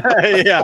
Good luck. I mean, Got but that then red blood. Bako says this. Afro is the only guy on YouTube except the Japanese that say Yokomo. Yeah, but where's Baco from? You know what I'm saying? Okay, but Norway. He's from The Norway. Japanese guys are saying it wrong. It's America, baby. the people that say made it it is however wrong. fuck we want to say it. Yokomo, baby. Yokomo. Yokomo. Yokomo. Just like Le Mans right now. They're like, oh, we have Le all Mans. these race cars, and we're like, fuck that. We're bringing our own shit. Yeah. Exactly. Yeah. So yeah, Oh, and then we have this Noble. He does. Yeah. He didn't say that. Oh, got him. Fucking got him, dude. Called him out. all of the diversity here. Yokomo.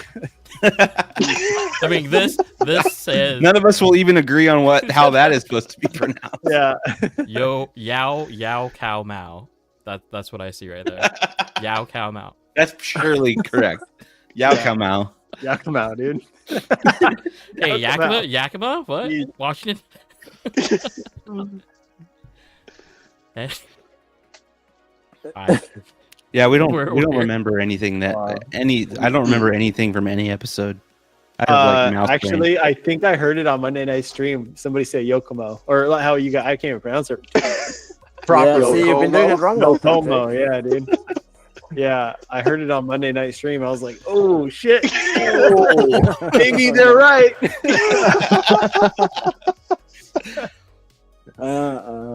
It doesn't matter how you say it. It's just as long as you use it, I guess. Like, As long as you make fun of your friends for saying it wrong. there you go. That's all that matters. Burn. But yeah, all I want to fire. say the reason why Vancouver really exploded for me is because I had these guys. These guys were all keen up, into it and stuff. Joey absorbed information really fast, like really quick. I picked that up from Joey. He's like a freaking sponge. He's like he doesn't even Yeah. absorb it. He seeks it out. He's just Yeah. like curious of Learn all of it. Yeah. no matter who you are, no matter what your skill level is, he's just like he's curious. There's only two people that I know in RC that's like that. It's Joey and Kerry Kwan from Fresh Goods. Mm. Those two, like a sponge, like you said, it's just instantly. Yeah. I mean, I don't know how many hours of driving in tandem me and Joey's done, but it's years. Years and years of door-to-door non-stop. Like, I can't even concentrate that long anymore. Like, I can't. That's why I'll drive 5 minutes and then stop because my brain doesn't want to do it anymore. But Yeah. back I'm back with you there. then, back then, myself and Joey would drive, let's say, from fucking 1 o'clock in the day till 3 o'clock the next morning, and then Yep. we would be at the RC track making videos till the sun comes up, right? And then Joey would still go to work. You guys, when I met Yeah. these guys, so like T drips were a thing, right? And then when Kongs was a thing, they came up there and they were still using rubber tires on the front, right? Yeah. Like Yeah, the HPI A drifts. yeah, like Or the Yokomo. Where are they? Like, no, that's the wrong chassis. Anyway, Yokomo had. Is it this time? Yokomo had rubber drift tires, right? It's not the Type A. It was some weird cross-hatched pattern. I was running those in the front and T-drifts in the rear. That's in the early stages of the FRD. Yep. Yeah. But it's weird because when myself and Joey got the FRD, at first I was like, no, it's not going to be set up like a real drift car. It's going to be set up, like this. And the more I kind of moved the setup towards a real car, the more it started working. It was weird. I'm switching screens so I can get this ready. Uh-oh. Because the pictures of it in Discord right now, right? Yeah. The FRD. I don't. That's not a full FRD though. I think he's Frankenstein that. Oh, that's a Frankenstein. Yeah, chassis, that's not a. No, yeah. And I don't know where my FRD is. Someone has it. I don't know if I have Joey's one, but I have Galen's one in a container. So I have a container, quite a big container with all my other Yokomo stuff. Hell yeah. I And got one of bodies. those, too. And yeah. Yeah. Because, it's impossible to keep anything next to you. And I have a shitload of stuff here, and it's just, it's too much. I don't like getting rid of stuff, so I'll just put it in a tote and just fill that tote up. And I'm like, okay, let's start a new one. You throw it I in wish the I- attic. Yeah. No, not anymore. I wish I dated my totes, but I didn't. But yeah, I guess we started moving the weight to the rear. This pre-Kong days, we were running the battery on the rear diffuser, Yeah. Yep. and everything else was placed normally. I just moved the weight to the back, Mm-hmm. and then that was deemed illegal, and all kinds of other things. But yeah, so now if you look at it, the weight now the battery is over the diff, but the ESC is behind it, the diff. Yeah. So essentially, what we were doing back then is It's where we are today. Yeah. But just with different Yeah. components. Well, that's a great thing. It's like you Moving always weight come full around. circle. I mean, you a little bit newer parts, new updated stuff, whatever. But I mean, you're still full circle on layouts. You can only do so much. Yeah. Well, I wouldn't say you can only do so much. We just haven't done all of the stuff yet. Yeah. And as this hobby evolves, what gets deemed illegal and what gets deemed legal, right? Mhm. That's where it's gonna move around. Yeah. No, you can't do that. It's illegal. Okay, then I'll just move this weight there and Yeah. this weight there. Exactly. That kind of thing. So yeah, it's pretty cool. But to me, like, there's a lot of people that I've heard that have said, yeah, it's not the same as a real car. It's the fucking same. It is the same. You're moving weight around Mhm. at 1/10 of a scale. Yep. That's all you're doing. Yep. It's just a smaller scale. Caster, camber, acrum, it's all the same. Yeah. So it's so You much know, fun to play it's- with all that spring I rate, think everything. Yeah. a lot of the fundamentals are the same, but there's just a huge difference in the power to weight and also the grip level. But Yeah. Yeah. that's Just because we don't have fundamentals are- tires with will air. apply. That's Yeah. Yeah. that's the only difference, I think. Is Yeah, if we could somehow get a softer tire that's still like not obviously rubber and super gripped up, but like kind of mimic it somehow, that would be right. Yeah, I don't know. I mean, yeah, it's But that's the problem, though. We're gonna be in a situation where we're gonna add grip, then we're gonna be too fast to sit next to someone's door, right? Yeah, Then yeah. everybody gets to that point. yeah. Everybody goes, oh, and then the Yeah. yeah. Always, yeah. So back I think it's then- fine. back then, before we had Mitsunaga or Tetsujin come to my Vancouver track, we were running super grip, like ridiculous amounts of grip. When he came and visited, he was like, dude, your grip levels and speed is not scale. It's too Yeah. fast. Yeah. That's when we were like, okay, well, what tires do you run? Oh, Yokomo. Yeah. And we're like, oh, shit. Okay, so we got Yokomo tires. That's when we started slowing down our cars. Yeah. But now, it's like I said, it's just going to speed up again. Mm-hmm. It already point. has. Yeah, you it always does. change the tire or whatever to slow the car down, and then everyone figures out how to get fast on that setup. Then, Right. I mean, we're right Yeah. there with the controlled tire that Super G uses. They used it to slow everyone down, and now everyone's fast as fuck. I'm like, Yeah. God. Yeah. And that's the thing. You'll get this tire, you'll be on a fresh track. The tire hasn't worn in and the track hasn't worn into the tire. Yeah. And then it does, and it's too fast again. So Yeah. that's the thing. Within real cars and RC cars, racing or drifting, the evolution of things are ridiculous. Yeah.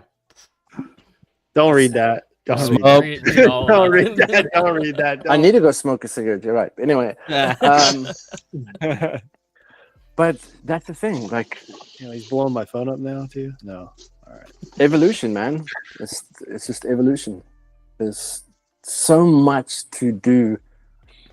The way I feel about tuning stuff is, if it feels okay, I don't give a shit if I'm slow or fast. I don't give a fuck, because I could be slower than you, right? Which means on my lead run, you're going to be all over me. You're going to destroy my ass. But to the point where I'm so slow that you can't do it anymore. Yeah. Right. So now you have to slow your car down only for when you're chasing me. Right. But then for the lead, you're going to be gone. Now I need to speed myself up. So long it's, drivable and you can kind of stick next to someone's door, you don't have to be on his door. Right. Which I'd rather be a car away from you and stay there than be on your door. It's just crazy. It's evolution, everyone like tries super hard to just be the fastest guy on the track, and which I didn't like. I've been a proponent of that at a point in my career, but like there's a fine point where there's a balance you have to find between, like, you are gonna drive better with your car at this grip level than you will if it's maxed out on grip. And you're you can be the fastest guy down the straightaway, but if it's harder to drive for you in the competition setting where you're already at a disadvantage to your normal driving level, right? So I think it's important to find a balance of, like, I'm not slow, I'm not the fastest guy on the track, but I can put this car on the tape line every single lap. And, when I get into a competition scenario, that level's going to drop a little bit just naturally because of whatever, nerves and everything. But it's still going to be to the point where it's really good. And I think a lot of people kind of skip that, or I think it's just newer people, like, not being as knowledgeable in the whole. Right. And you know what? It's our job to help the newer people. Yeah. Right. Yep. I have a logo that says "Be kind to beginners," and it's a Japanese driver's emblem. You know, the leaf that they stick on a car? Yeah. And I got that years ago, and I still believe in just that. Like, if you see someone struggle, it's your job to, in a kind manner, just go, hey, just by the way, have you tried this? Yeah. Right? But, like, getting advice from people could be scary. If you don't know who the person is and you've got no idea how much experience they have or what their car is driving like, it can be hard. The hardest thing is more to me. The hardest thing is to tell someone that is, like, starting to figure it out or has improved a lot and does pretty well, but then to tell them, like, hey, you're doing good. You're getting around the track. You're getting into the zones. Your line is fine, Right. but you're going to come into an issue where you're not going to be able to match some of the angles that other people are doing in that same area and carrying maybe a slower speed but more angle and smoothly through that zone. It's going to be a problem for you later. Right. I really like not so much telling people things, and I like going and giving advice, but I just keep the door open. So like I just go and like, look, if you're ready, you want to talk about other things or you need help, just come talk to me anytime. Yep. The door is always open.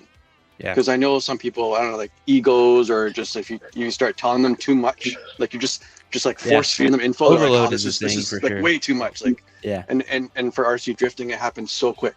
Like that overloaded info. Like, Yeah. and then you go, oh, you should change your caster in your front. It'll make it better. But then you change that, it changes 6 other things. Yeah, Right, exactly. Yeah, you got to change So it's like- acronym and everything. Exactly. So they'll change that, and they'll be like, oh, now it's not working. It's worse. Right. But then they didn't. Yeah. So it's always like just more important to keeping that door open. Like you come and ask anytime you need help, because they'll feel more comfortable and they might absorb it differently. And there's so many changes that you can make to a car. It's very overwhelming, and Totally. just learning what each thing does too. You know, it's like that's a whole thing in itself, and that's just like suspension. Then you got your electronics tuning.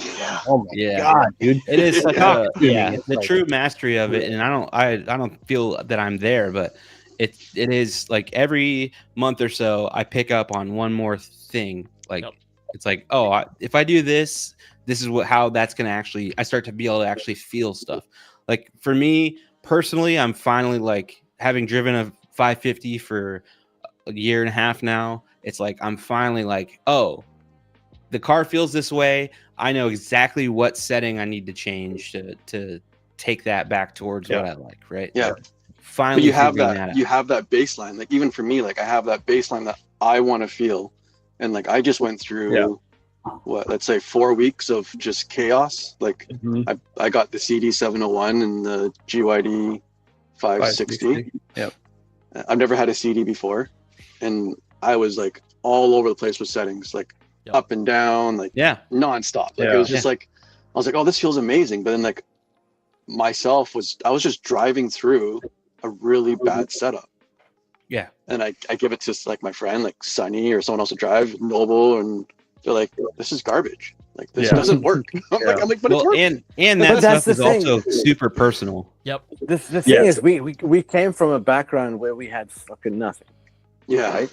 And we learned how to drive crap, and now there's so much stuff available within chassis and electronics and all Passed that you up a stuff. little bit. Yeah. It became too easy. Yeah. It's become too easy, right? So you can have a car that's got a loose kingpin, on the steering or whatever, and we can still drive through because we're used to driving junk. Yeah. Right. You just adjust. Yeah. That's the problem. That's the biggest problem. Once you get to a certain level, it's like you just start adjusting. Yeah. And then Your you hand know, just adjusts.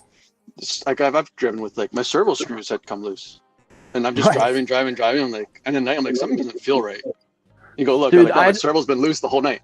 Like, it's I just like- remember driving. I remember driving in a competition in South Africa, where the bottom of the screw, this guy hit. Oh, shut up! This little screw here, right, was gone. Right, it was gone. All I had is the top and the steering, and it was like, there, like positive camber, negative camber, positive camber, negative camber, and I still won the comp because you're gonna make it work. You gotta make it work. But tuning now, where tuning's gone now, is the electronic side, right? It's, your chassis, yeah, sure, you've got this camber, that caster, whatever, this amount of toe or acrum or whatever. Now you guys are tuning on your radio, which where I'm from, shit, we didn't even have radios with liquid displays. Yeah. We had 3 little lights or a light that was green or red. Good luck. Yeah. That's it. And we had steering trim. That's all you had. The electronics nowadays can it's totally mask a chassis tune. Yeah. It's not even mask a chassis tune. You can change your chassis tune. Like a car can feel totally different without changing the chassis. Yeah. And Yeah. I think Yeah. one thing to realize though for me is like if you're coming from like a you get what you get sort of piece of electronics, Mhm.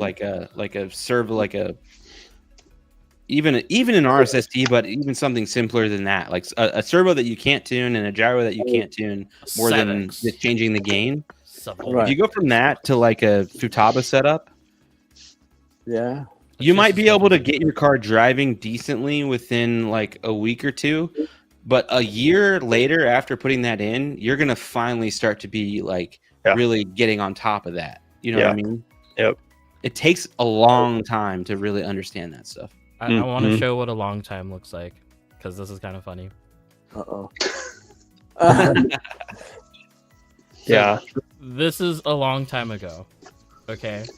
It's a TBO2. And then if we That's- fast forward Year 2000. a year 2000, Uh-huh. if we fast Why does the year forward, 2000 sound so long ago?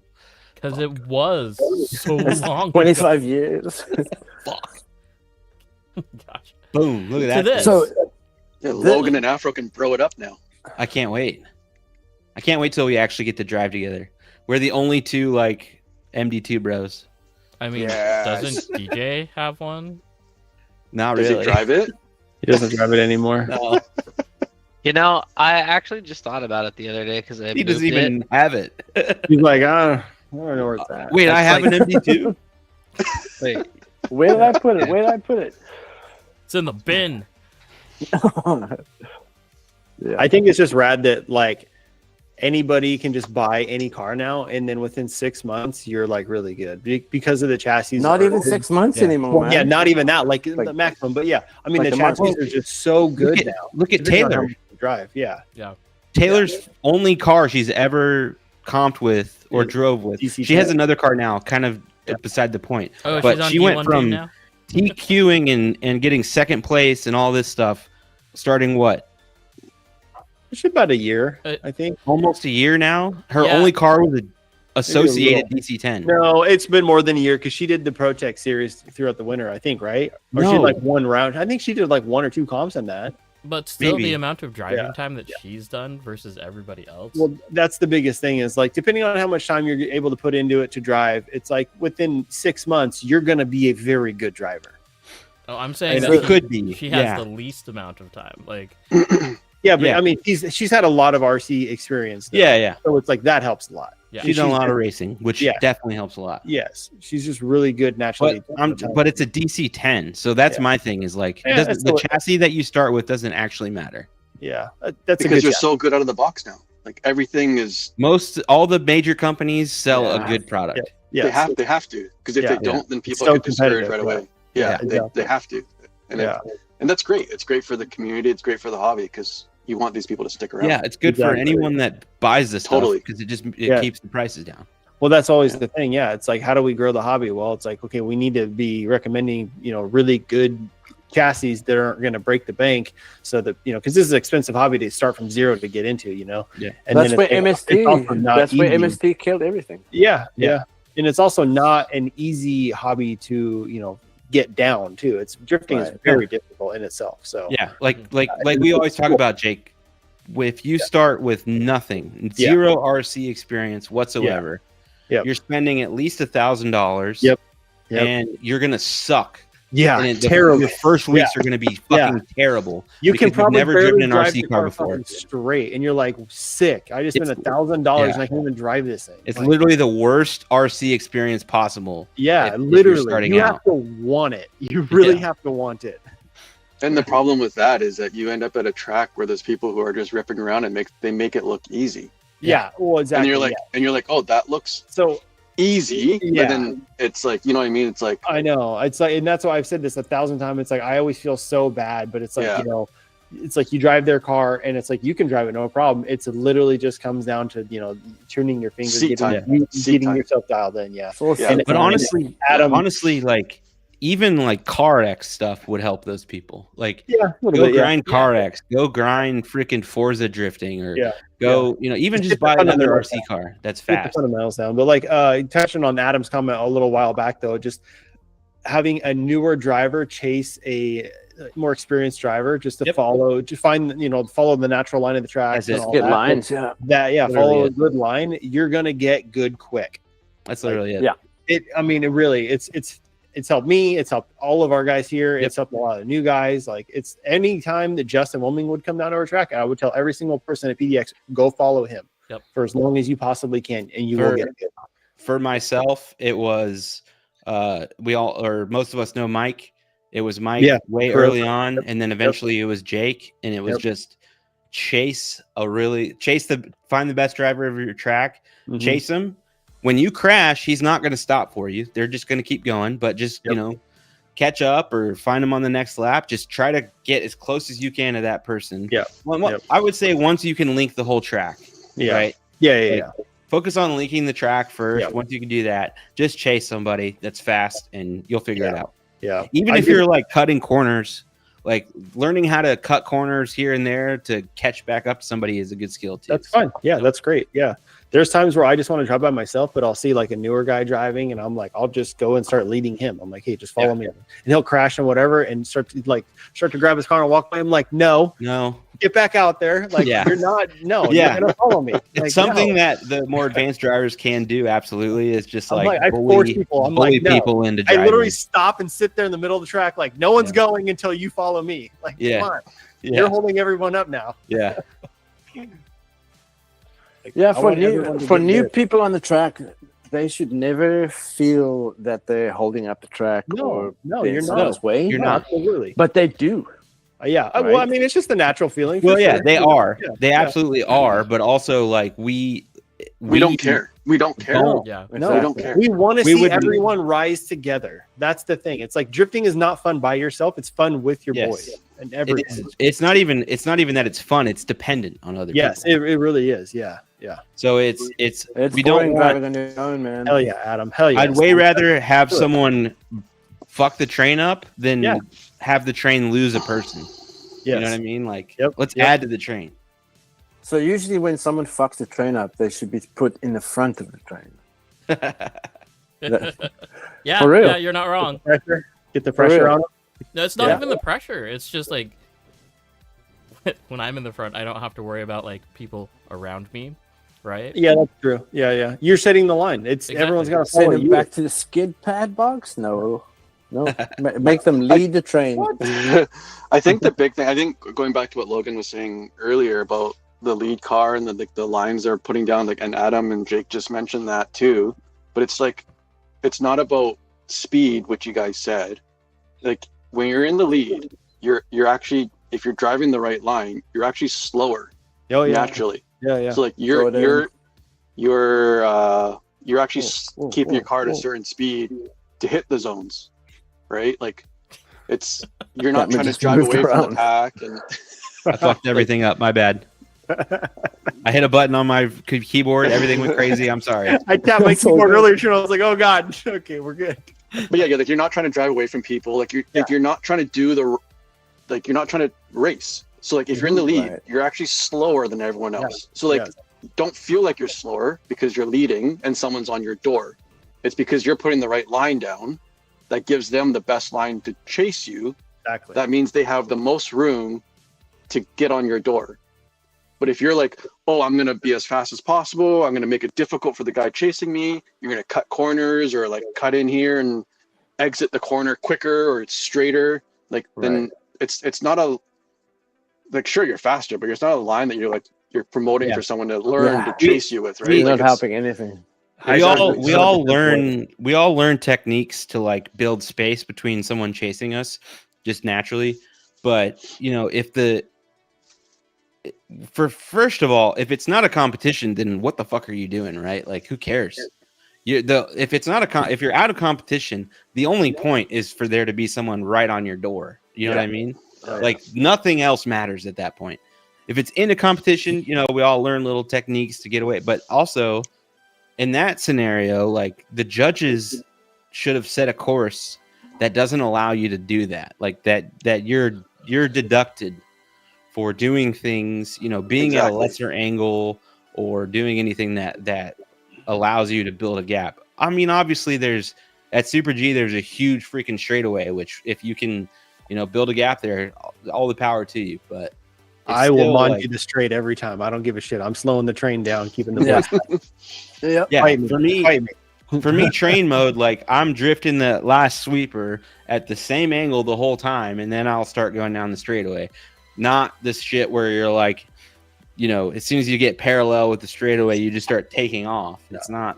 Yeah, Right. you're holding That's the the angle whole as long purpose. as possible. Yeah, you're doing Yeah. like what looks nice. Exactly. It's style, right? It's like Yeah, it's all about style, dude. That's all it comes down to is how much style do you have next to someone else? Yeah. Yeah. Game over. But It's- I will say I am a proponent of going fast and making your car go fast. You got to mean, make yeah. your car go fast. Going fast is really Dang. fun. Not, yeah, but so you're making your car go fast so you can chase someone and be on their door. yes. You shouldn't be Yes. you shouldn't be making your car fast Yes. and to lead and What- drive away from people. For myself, You know yeah. what I mean? Like No, have if a I could car- drive away from someone in a comp, I'm happy about it. Don't get Yeah. me wrong. But for myself, what it is like, I kind of like where I'm at now. I get people telling me my car is slow, right? But they're like, if I'm leading them, they're like, your car's slow. And I'm like, nah, it's fine. If I'm chasing them, I can keep up with them and I can door them. So it's like, But that's perfect example. Yeah, I think when I'm you're chilling. leading, you're always slower. When Yeah. you're always if you're hitting the zones, you're Yeah. always slower. Yeah. As long as you can get behind someone and then be on their door, your car has a speed. Yeah. Yeah. So Yeah. you can't judge Yeah. your speed when you're leading. It's when you're chasing, yeah, when you're Exactly. where- That's 100%. Yeah. right? Yeah. It's 100%. so Yeah. like So I you always feel need- like when you need I'm slow speed. when someone is chasing me, I'm like if Sonny and I are driving like lap after lap and he's chasing me, I'm like, man, my car feels so slow. And then we flip and he's like, why are you so fast? Like I was on your door. And like, Yeah. it's like so it's just the way it is when you And it's lead and also the chase. way that judging in at least North America is going is a lot in almost every series, like Adam is pointing out, Yeah. Formula Drift, even RC stuff. Mm-hmm. A lot of emphasis is being put on the lead driver Yeah. because of this fact.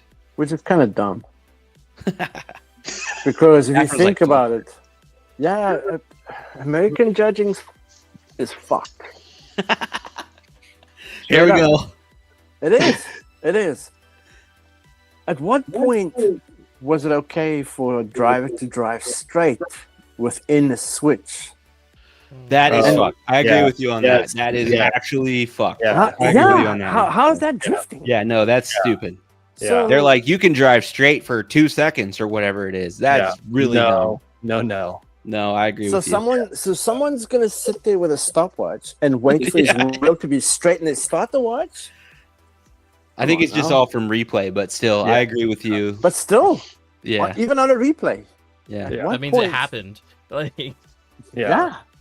So Adam makes a really good point in the chat that a good lead makes someone look good, but a great lead makes a chase look good. Yeah. Yeah. Like that's 100%. Yeah, the Yeah, better the 'cause- lead, the easier it is to follow, of course. Because even the lead, like if the lead driver is hitting all the zones and I'm chasing, I can actually predict where that lead car is going to be because I know he's going to be in the yeah, zone. you can make a lot of assumptions about Exactly. what but the then car's Instead gonna of- in do. the same breath, let's say the lead car has a problem. He's still drifting. What's the chase car gonna do? Gonna Yeah. follow his exact line? Yep. Or is he gonna follow a qualifying line? Yeah, Well, from a judging perspective, you want the chase to follow the lead, no matter what. You're a shadow. Okay. They cut so in, cut let's in. say the lead car goes so shallow that he's gonna start hitting the wall, and where are you gonna sit? You're gonna sit on his line, or Yeah. so yeah. Sometimes, I mean, yeah, it's a split Yeah, decision. well, It's so like you that's- make it that's figure it hard. out. Yeah. That's kind of something that I think about, right? So like, Yeah. if I say Jake, I was chasing you, and this hasn't happened. I'm just making this up. Mhm. I'm chasing Jake, and I know Jake always throws it straight to the wall and runs a deep line, right? Mhm. But say on the lap that we drive in competition, I match. I know what he's going to do, so I match that. But Right. he miscalculates it a little bit because Right. it's competition, and he's a Uh-huh. little deep, Uh-huh. so he lets off. Right. and then he starts slowing down, and then Uh-huh. he gets back on the gas when he realizes he's safe, and now he's way shallow, but Right. I'm stuck. I'm already committed to running that wall. Yeah. Right? So you're going to get more points because you're running a deeper line. I than would he is. hope that Yeah. Yeah. ideally the judges You pick that should. up, right? Yes. Well, Yeah. well, Yeah, that's they should. exactly 100%. that's exactly it. Yeah. Because it's like you got to look. It's like the lead made a mistake on his entry or whatever, and that's it. And the chase was already committed to that 'Cause that's line. going to build He in was a, already in a locked 180 in. sweeper. That's going to Yeah. you're going to build a huge gap, regardless. Yeah. Even if that driver gets back to the wall, they're Right. already Yeah. so far inside that the gap's Yeah. going to be massive. That's the thing. It's like it's going to be a little hit and miss everywhere. It's like if both cars are already mid sweeper coming around, and the zone you're supposed to be all the way out against the wall before you leave the zone, and then they cut in before the zone ends. Then it's Right. like the chase needs to be mimicking the lead no matter what. He shouldn't stay. Right. The lead shouldn't go in and then chase goes out, fill the Yeah, zone. the and then chase come back. absolutely You can need to adjust stay at with that the whole point and car. work his way down. But Yeah. Well, So I know these exact discussions we're having now, I've had with so many people. I can imagine. Yeah. So many. With Vaughn, Yeah. with Japanese drivers. The thing is so like many people. one of the coolest thing about drifting is though it's all about personal perspective too. It's like someone likes what that's you're why doing there's and three of someone them. doesn't. Exactly, that's exactly Right. it. Yep. people, But what yeah. I don't understand is, and I don't agree with, is that the 3 judges in North America will sit and deliberate. Oh yeah. Yeah, I'm with you on that. Yeah. I'm with you on that. Not good. Yeah. Shouldn't be. So Yeah. Because Not just that. change If their the minds. commentator, this comes from Ross Petty against Vaughn at Irwindale, I swear to G. Because if you look at it, Vaughn Gittin, Drift Alliance, and a certain commentator are all in the same circle. They're all buddies. Now, I know all 3 of these parties, or all million of these parties. If the commentator next to you, right, is saying certain things within the judged run, Yep. it can change the That way you think sways- about yeah. stuff. I agree yeah. with you on Oh, that. yeah. Right? And I I'm agree not with you on saying that. I'm not saying that is happening, The commentators should not be can. sitting right next to the No. judges on the same No. level. and I they agree with shouldn't be that for able sure. to. They shouldn't be able to hear him No. at Yeah. all. 100%. Yeah. Yeah. I agree. Commentators nowadays have a little too much to say. Yeah. Yeah, they have too much to say. They're saying too much about opinions on how people are driving. Yeah. Instead of just going, I can- you know, What's funny is I can hear Jared Deanna trying to like temper Oh, himself. we talking about him? sometimes. Oh yeah. Well, I mean, it's obvious. I mean, yeah, we know it. It's like he's always Oh, talking my about God. meth vodka, this and whatever. It's just. But like, he'll always it's like- I hear him make steps to be like, I don't want to say too much, Yes. Mhm. but he still does. Yeah. No, he does. And He then does. Jacob just yaps the whole freaking time. Yeah. He's Yeah. also the only commentator in this world that will talk to you maybe 2 or 3 times about who you drive for, what you've got on your car and shit, and remember it the whole season Lorette. Mm. without a cheat sheet. Like he doesn't have a cheat sheet in front of him and go, "Oh, it's Jake. He's driving for FD." No. He's just spoke to you once.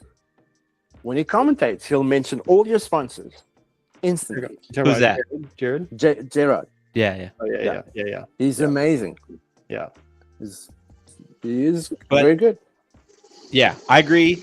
but he with shouldn't be you. saying The stuff. judges. So in RC drift, it's a little different because we don't always have the same.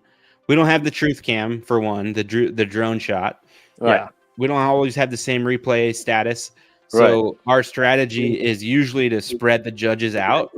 Yeah. So in that scenario, you have a situation where if someone goes 2 out in one turn, Mhm. there's probably only one person that even noticed that or saw it Right. or could definitively say that they were 2 out.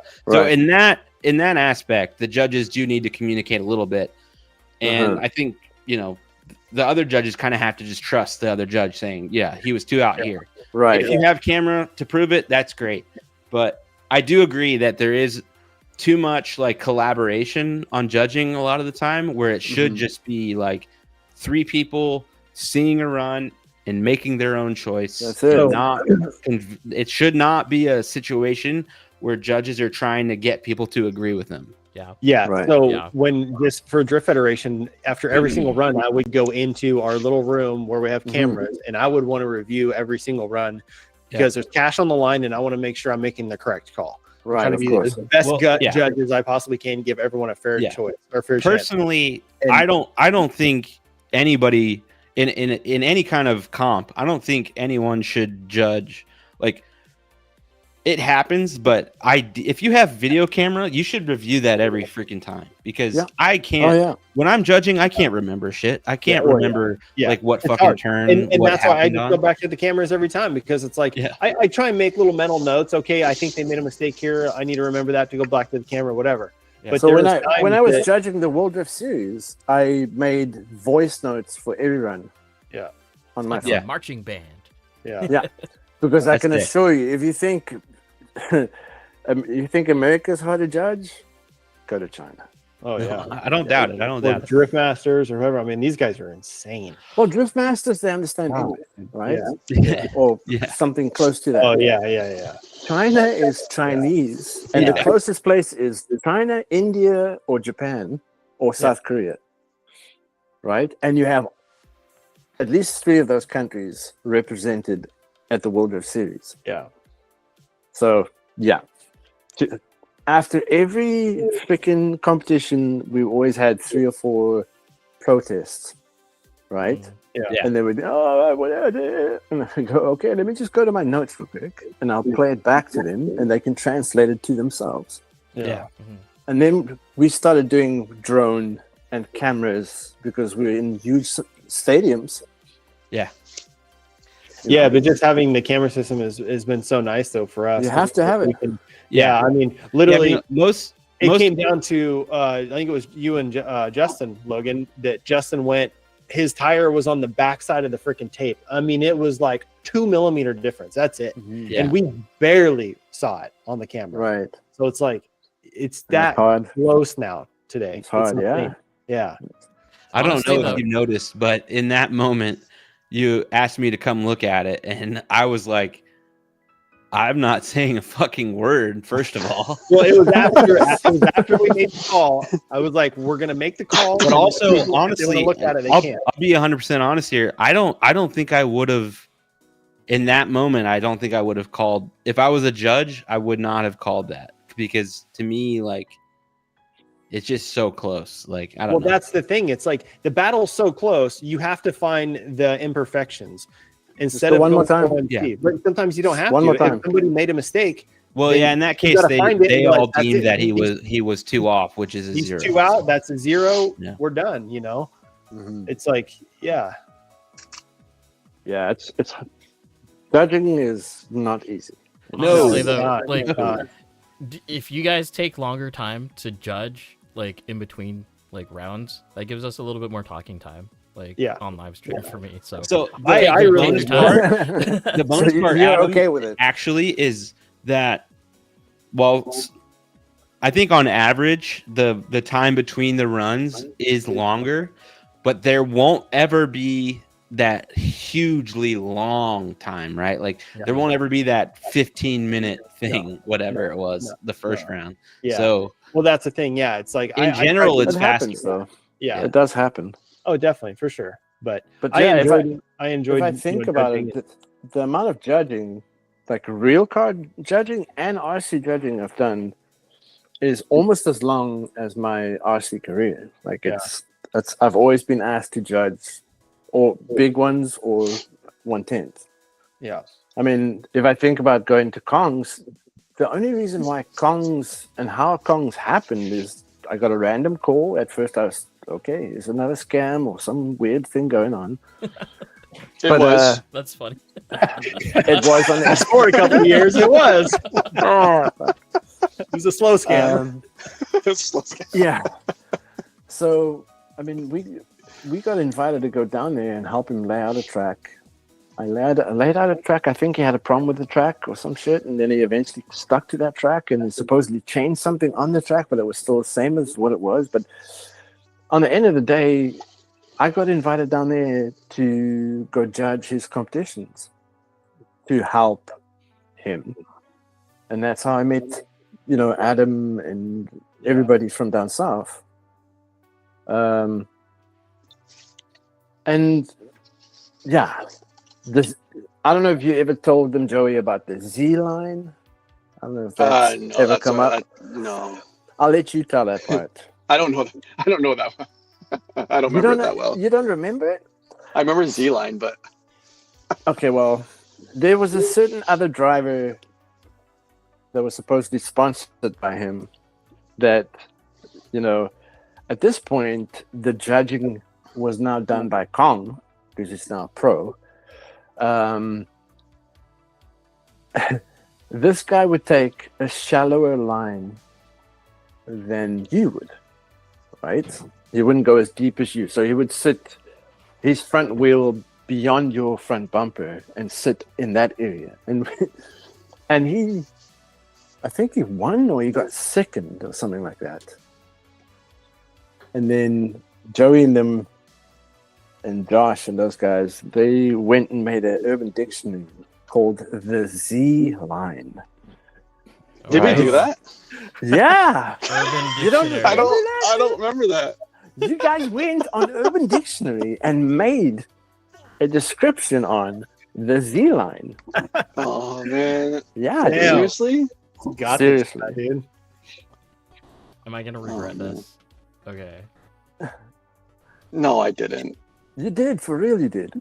Because you guys still showed me. And I was like, what? No way. Sounds like a Joey thing. Sounds like a Joey thing for sure. Yeah, 100%. 100% Joey's God. fault. There's no denying that. Yeah, I Galen don't- says, Yeah, sounds like a Joey thing. Yeah. Josh, those eyes tell it all, Wait, dude. wait. Josh is like, yep. May 24th, 2016. Oh shit. No way. The Z line. The art of drifting on the shallow Z line to gain as much speed Z's, while maintaining the shallow Z angle. Zangle. Oh my God. Zangle, yeah. With Zangle. Z drifter avoids the clipping points and takes shallow Z line. Is there supposed to be an accent on that? I don't know. It's like a- Probably my accent, I don't know. I mean, you could run a French accent on that real Oh easily. my God, dude. Or That's German. so good. That's so good. We gotta bring that back, dude. Oh my goodness. Z We still, line. I'm we running still that use Z-line, dude. we still use the Z-Line term at our track, just like it's like an inside joke. Now Yeah, it's it's it can be an I'm outside about joke ready now. to start Team That's- Z line, dude. That's great, but I Yeah, don't Team remember Z-Line. that urban deliberately dictionary thing. slide super shallow. That's gold. That's, Yeah, that's I'm gonna really start good. doing that. I'm gonna make a sticker, Z-line sticker. 2016. Z line. And Z-line, dude. everyone that Z-line. sees it will probably just think like it's a Nismo sticker, like for some odd Hey, reason. that's fine. If you're not watching this, you don't know. It's all right. dude. You know about Team Galen Z says line, dude. Z-line trophy coming. Miko. Hey, Miko just switched to an Oh, M17S. What up, Miko? Sandwall guy. Big Yeah, Sandwall Sandwall guy Big now. Panama guy, dude. Yeah. Zoe now. Miko, you're going to want to go back and watch this whole episode. It's a good one. No, you don't. You don't. No, you got to. Afro's story is nuts. Yeah. That's And probably. And I feel like we haven't even heard most That's of it. I like, feel yeah, like it's like, yeah, it's it's like- we're gonna definitely have to book episode 2 of Afro, Okay. dude. Okay. I like that. Yeah. Yeah, we can do that for sure. I'll go more in detail on stuff. So what are you driving nowadays? What do you do nowadays? How do you feel? What do you like? What, me on chassis? Yeah. I What's your have. thoughts? Well, I don't think much. I just drive, dude. I don't give a if. I just drive. the So one I you got- drove at the I got- expo is the I got Joey to MD2, build me yeah. this MD2, right? Because I've never had the opportunity where I could go, okay, build me a chassis, tune it, and I drive it. I've never had that in my life before. Is that what you did with MD2? That's what I do with the MD2. Okay. So I got Joey to build me and tune and electronics and everything except for the body and the wheels. Fair. But yeah. Makes sense. So I have the MD2 and it drives a little too easy. What the fuck does that mean? It just That's means exactly what he means. you can let go of the steering and drive it into a corner, and the steering will do exactly everything for you to fall asleep and then wake up Hell and yeah. drive. I mean, Right? that's the goal for me. Yeah, it's a little too easy. I want to steer and be control of everything. Not But I. got used to it, and it's nice. I don't mind it. But like I say, I can only focus for like 5 minutes, maybe. Then I gotta stop. Yeah, I'll lose I my feel mind. that. We can change and make it better. No, Yeah. you can't. Leave it alone. Don't change it. No, It is. don't. It's perfect. Please don't. I have the SX3 for as manual analog as possible, and then I have the MD to be as cheater as possible. I guess it's a cheat code. So my whole strategy is like have the car do as much work as possible. Take as much pressure off of me as I possibly can. No. Yeah. Yeah, he means that. So as much Yes. in real car tuning terms, as much acrum as possible is what that is. Acrum will do all the steering for you. You got to just do the accelerator. Just Yeah. gotta go gas on. We're not lucky gas enough on. to have the counter steer effect, but we have gyros, so we're chilling. Exactly. But it's close. It's close, man. Adam knows what I'm talking about, dude. So When Logan says Adam, he doesn't mean me, by the way. He means Dr. Nope. H. I'm Dr. just H. deciding My my bad. standard. I forgot to call him Dr. H. We I can don't shout think out the have I Dr. met H Dr. event in H? Vegas. Yeah, dude, new resident to Arizona, Dr. H. Yeah. Adam, when's the Vegas going away party, Dr. H? That's like this weekend or next weekend? Wait, didn't he just move to Vegas? No, he's been there for a while, Yeah, not that long ago. like a year and He's a half. in I med think. school, so he moves around. Tomorrow. If the event Okay, is so tomorrow, well, fuck. If you're in Vegas, go to R3 tomorrow because it's Dr. H's going away party. By the way, probably the only RC drifter that I know that has had 2 going away parties. right? So that tells you the impact that Dr. H will have on the community. But our boy Dr. H, soon to be a Tandem RC resident. So he's starting his residency at Tandem RC. Yeah. Hell yeah. Adam, I might be late tomorrow, but we'll see. Just wait for me. Don't leave without me.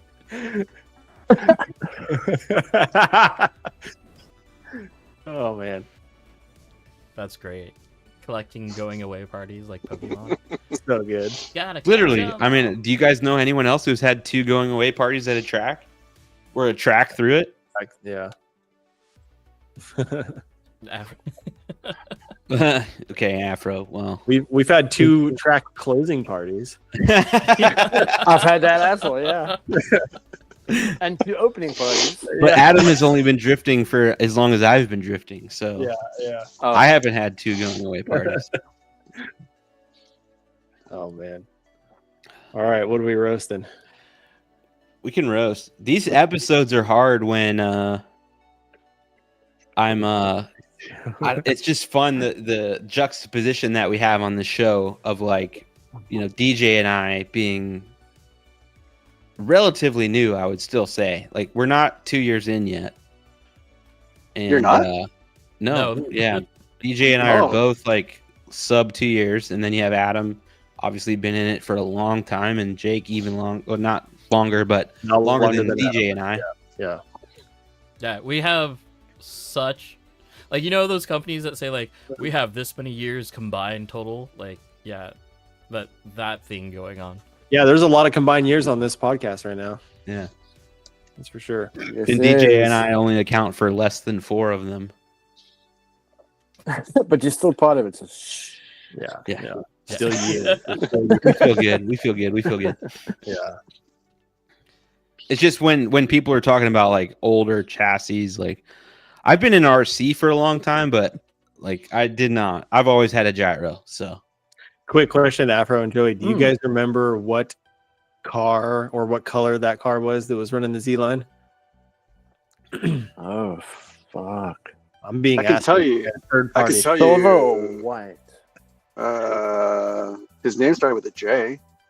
I know. I Okay. know. I'm not saying any names. Yeah. Okay, that narrows it down. I'm being asked by a third party And I, chat. and I so. think you wear it to protect something down below. That's too much of a hint. Huh? See, I- Afro didn't get it. I'm Oh. stopping there. That's my good hint. Yeah, I mean, Adam got it. yeah, that's too good of a hint. Yeah. We'll leave it right there. Yeah. Because I don't think he was a. Yeah, he just. It was all Kong's fault. I think so. Nah, I'm pretty sure it's all your fault, Joey. But whatever. God. No. Yeah. Yeah, we'll end that there. There's a That couple, doesn't yeah, need there's a any couple of more. minions Yeah. in that place, though. Yeah, we don't need to relive the past. There was a couple of weird little minions at that spot. Minions. Like Kong's was a thing. It was a great start in the Northwest. No, for But sure. No doubt. That's it. So His track was cool. It could have but been he's so not. good. It I could have think been.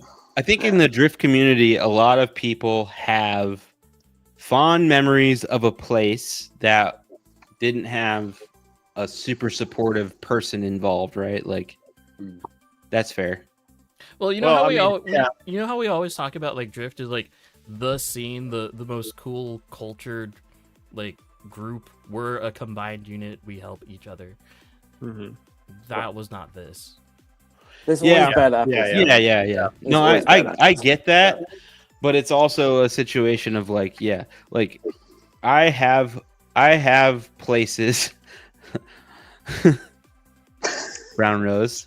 Some bad memories coming. I up understand. there. He knows, but I mean, like even I have a place, right, where it's like the person that did this, I'm not stoked with, but also they gave me a lot of opportunity. Hmm. That's the For thing. sure. It's like I've always heard. Obviously, everyone's heard of Kong. It's like I kind of started getting back into drifting, and I never made the trek up because I just wasn't that big into it.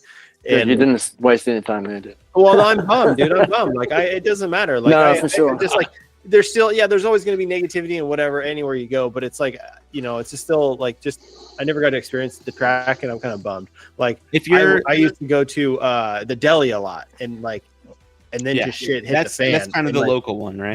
but that was like a local Kong for a very, very small group of people. So it's like, Yeah. I'm bummed that more people didn't get to experience the deli because it was amazing. It was so much fun. Yeah. But it was the first time I got to stay at a track and drive till 3 a.m. If you know? ever there's a place that you can go where someone else has set up a track and you get to drive, that's positive because your other option is nothing.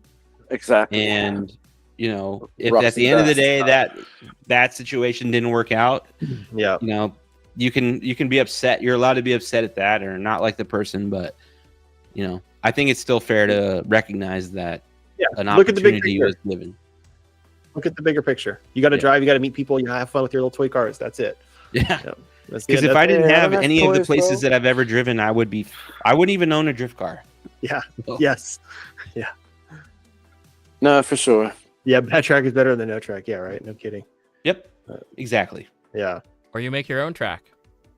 yeah. Just like If you're blessed and can, Yeah, like you can Lance be like here.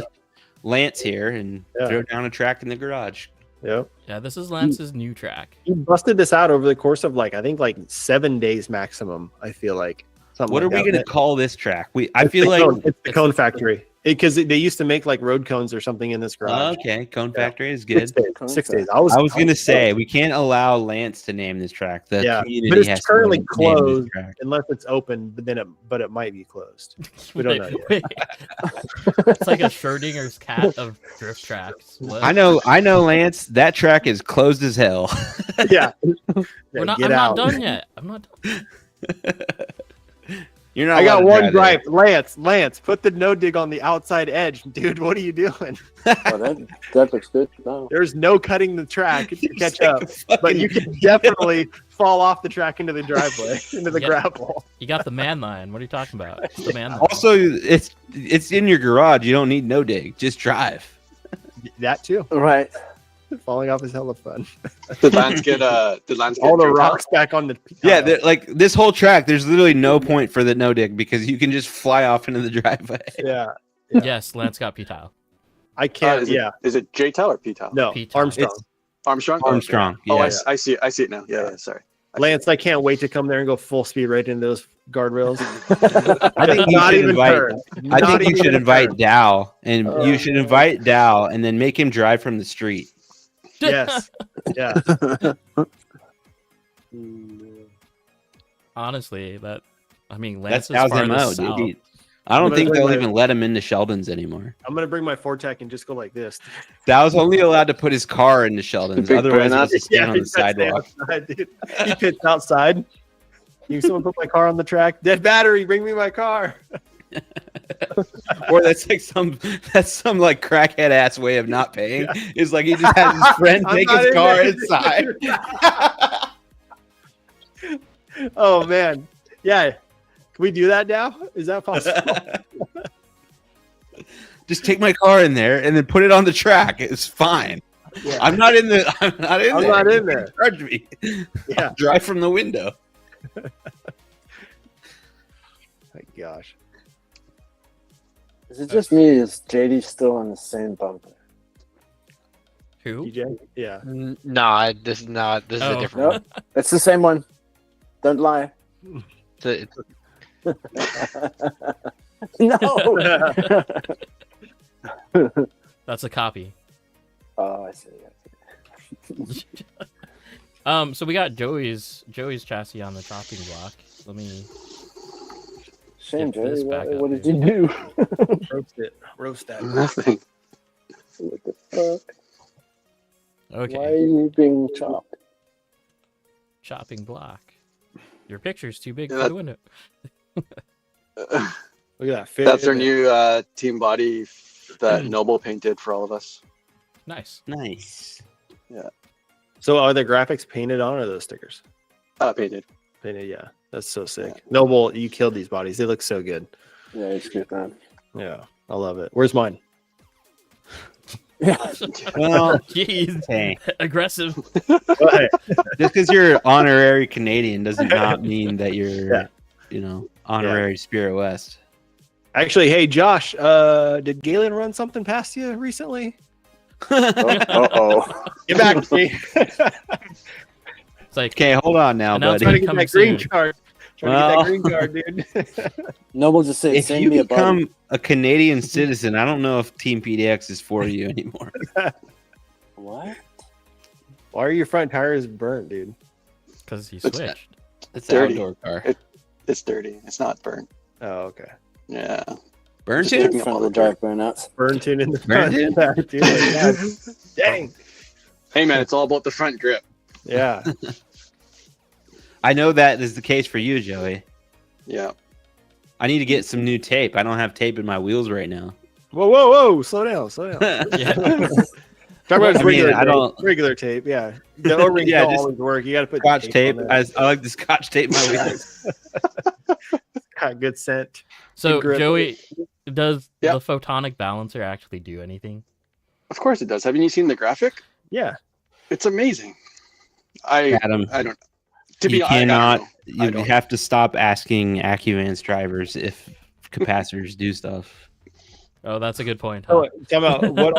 What all caps do you have on your car? Me? Yeah, All just the of them. blades. The Blaze, Yeah, photonic. and then the Trace Spectre. Yep. That's The 3. Oh no, and then I just added the one on the back. The Pulse Master. Oh, okay. Yeah. But the Pulse Master is Yeah, new. I was running just the Trace Spectre and the Blaze. Yeah. So Joey, how much weight does that add? The cap? Oh, I don't know. Not enough for me. Not enough. 3 caps. Afro, you and I are gonna get along just fine. The fact that you just asked him about weight, I'm just like, I like this guy. So I'm down with this guy. I bought the full lineup with Oh, everything man. because I won the little power bank distributor thing at Super Oh, yeah. G. I won that, and so I was like, well, I'll buy all of the caps. Like, I might That's as some well. addict ass behavior, They dude. got me. I They won got the me. Christmas tree, Yeah. so now I have to buy all Yeah. the capacitors. I don't know what to Yeah. tell you. Like, Their, You know what? their The strategy capacitor- worked. The capacitor weight alone will just make your car faster. I knew it. So I got everything, and I went to put it on my 5R, and I couldn't mount all of it because there's not enough room. So I was like, damn it. So I'm only using the photonic stabilizer, the blaze, and then the trace vector.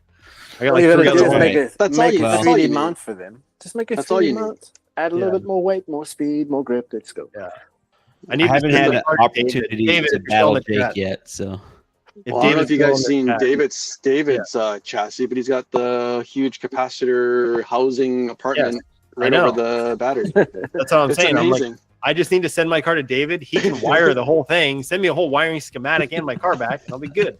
He will have the wiring schematic too. I know. That's what I'm saying. Yeah. He showed me when we were up there. I'm like, dude, this is no. I don't funny even know part what I'm now looking at, dude. is he's not close to 1100. 1100 what? Rear axle weight.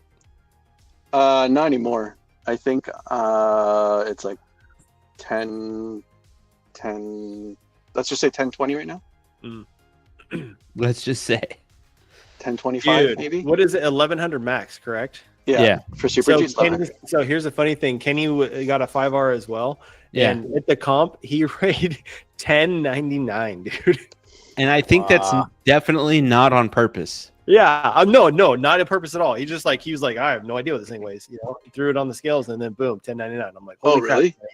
Oh, wow. Holy Yeah. crap, Kenny. Yeah, and he Well, was 'cause, killing it too. like 5R is already a tank, right? Yeah. Well, that's what he driving that in round 2 of SDC. No. This is the first comp he's ran it. Yeah, I for sure thought Kenny was gonna win. He was like the nastiest entries on the sweeper. Like it was Yeah. insane. Yeah, he was doing really sick I lost qualifying it. and all that. One of us was like, God damn it, Yeah. Kenny, chill out. Kenny and James were both doing nasty Yeah. stuff on the Yeah. entry. Yeah, they were. Nasty boys. Taking the risk, man. That's what we Yeah, want to you see. have to. Yeah, you run You it. have Both to. and neither Yeah. both of them lost their battles on like dumb little stupid wall Little bumps, hits right. elsewhere in the track. Hey, what I don't care, dude. They were going for it. It's like as Yeah. the judge, I was like, I But want to that's see. the rad thing about drifting, right? You I wanna can see it, you dude. can be insane and you flip Yeah. the wall, you're done. Yep. I love it. Love it. It's no room Yeah. for error, man. I think in RC we need to create a little bit more room to touch the walls, and I think it Yeah. probably isn't in like currently, right? Like we all have very rigid bodies. There's no crumple. There's no cave in. Yeah. No collapsible bumper. Yeah. There's no collapsing. So Yeah. like if you touch the wall, it's very fucking obvious. Yeah. So I think if we just sort out like maybe we cut bodies at the wall height or something where we can just absorb a little bit. Still can't go 2 tires out, but like Right. touch the wall and have it Yeah. rub like an FD car does. I Yeah. think that would be sick. That would be so ideal. Yeah. So way this- back in Vancouver, Joey, remember some of the walls I had or the curbing stuff I was using? I wouldn't screw all of the screws in. It would hold the shape, but you can hit it and it would soak in and move out. Yeah. Yeah, flexes. Yeah, Yeah, it flexes. it wasn't rigid because No, it you'd use that garden stuff that everyone Yeah. uses, but we cut all the No dig. supports. Yeah. Yeah, I just So use it's not those weird, the brick wall ones that Yeah. you get. It's not Yeah. that. It's this black stuff. It's about Yeah. 2 inches by an inch. Yep. And it's called no dig. No dig garden. Yep. Yeah, that's what we all use. But I've been using like the corrugated plastic cardboard signs, Mhm. and Lance made me like a little slicer so I can cut 2 inches or 1 inch, Sick. like whatever size I want. And Right. that's what we use. So all of our walls are white. I Yeah. think if we all just put a slit in our rear bumpers at the same height that the walls are, Hmm. then So we it gain a flexes little in. bit of that. Oh, Panda, dude, 100% down for that. So Yeah, what's he saying? Yeah, Dow's asking, how does everyone on the podcast feel about this shift to max rear weight minimum total weight compared to 35-65 weight balance regulation. So cool story. 35-65 is the best. So Yeah. here's my thing. This is just my experience, what I try to shoot for. The more weight you have on the rear tires, the faster your car is going to be. That's just how it fucking works. Because we have way more theoretical whatever horsepower. We have plenty of power. Power is not an issue for us. Like I've always said, our cars are like ice drifting with 2,000 horsepower. So at that point, the limiting factor is how much weight is on your plastic rear tires, right? So get as much of that as you can, but also I do agree, like keep as much of a forward weight balance as you can. So personally, I think most of us are all driving like a 65 rear bias. No, the current generation is more towards 70-30. 70-30, yeah. Yeah, no, I agree with that. No, I'm not doubting that. Like a lot of the OG guys, like, so I'm coming at this as someone who's only been in the sport for like less than 2 years. A lot of the big names are definitely 70-30, but for me, for Jake, for DJ, for a lot of our guys, we're like 65-67. Yeah, max, yeah. I think I'm at so I do 67. agree with putting weight on the rear, but I also agree with like I prefer my car to have a little bit more forward. Like the general range I would say that we're looking at is 65-70. So for a lot of us it's closer to 65 than 70 for sure. Yeah, you got to be careful how much weight you move to the rear, right? Because then Yeah. you lose all the front steering. Yes. Yeah, and it you can get the pull you. pendulum effect too. In a world Exactly. where a Yeah. lot of our comps have a major entry into a big sweeper that has a wall, you know, it's a lot harder to control a heavily rear weighted car on that line. Whereas a more like a 65 car is a lot easier to just put it and have the room to pull off. So this chassis, there's a whole bunch of different chassis, right?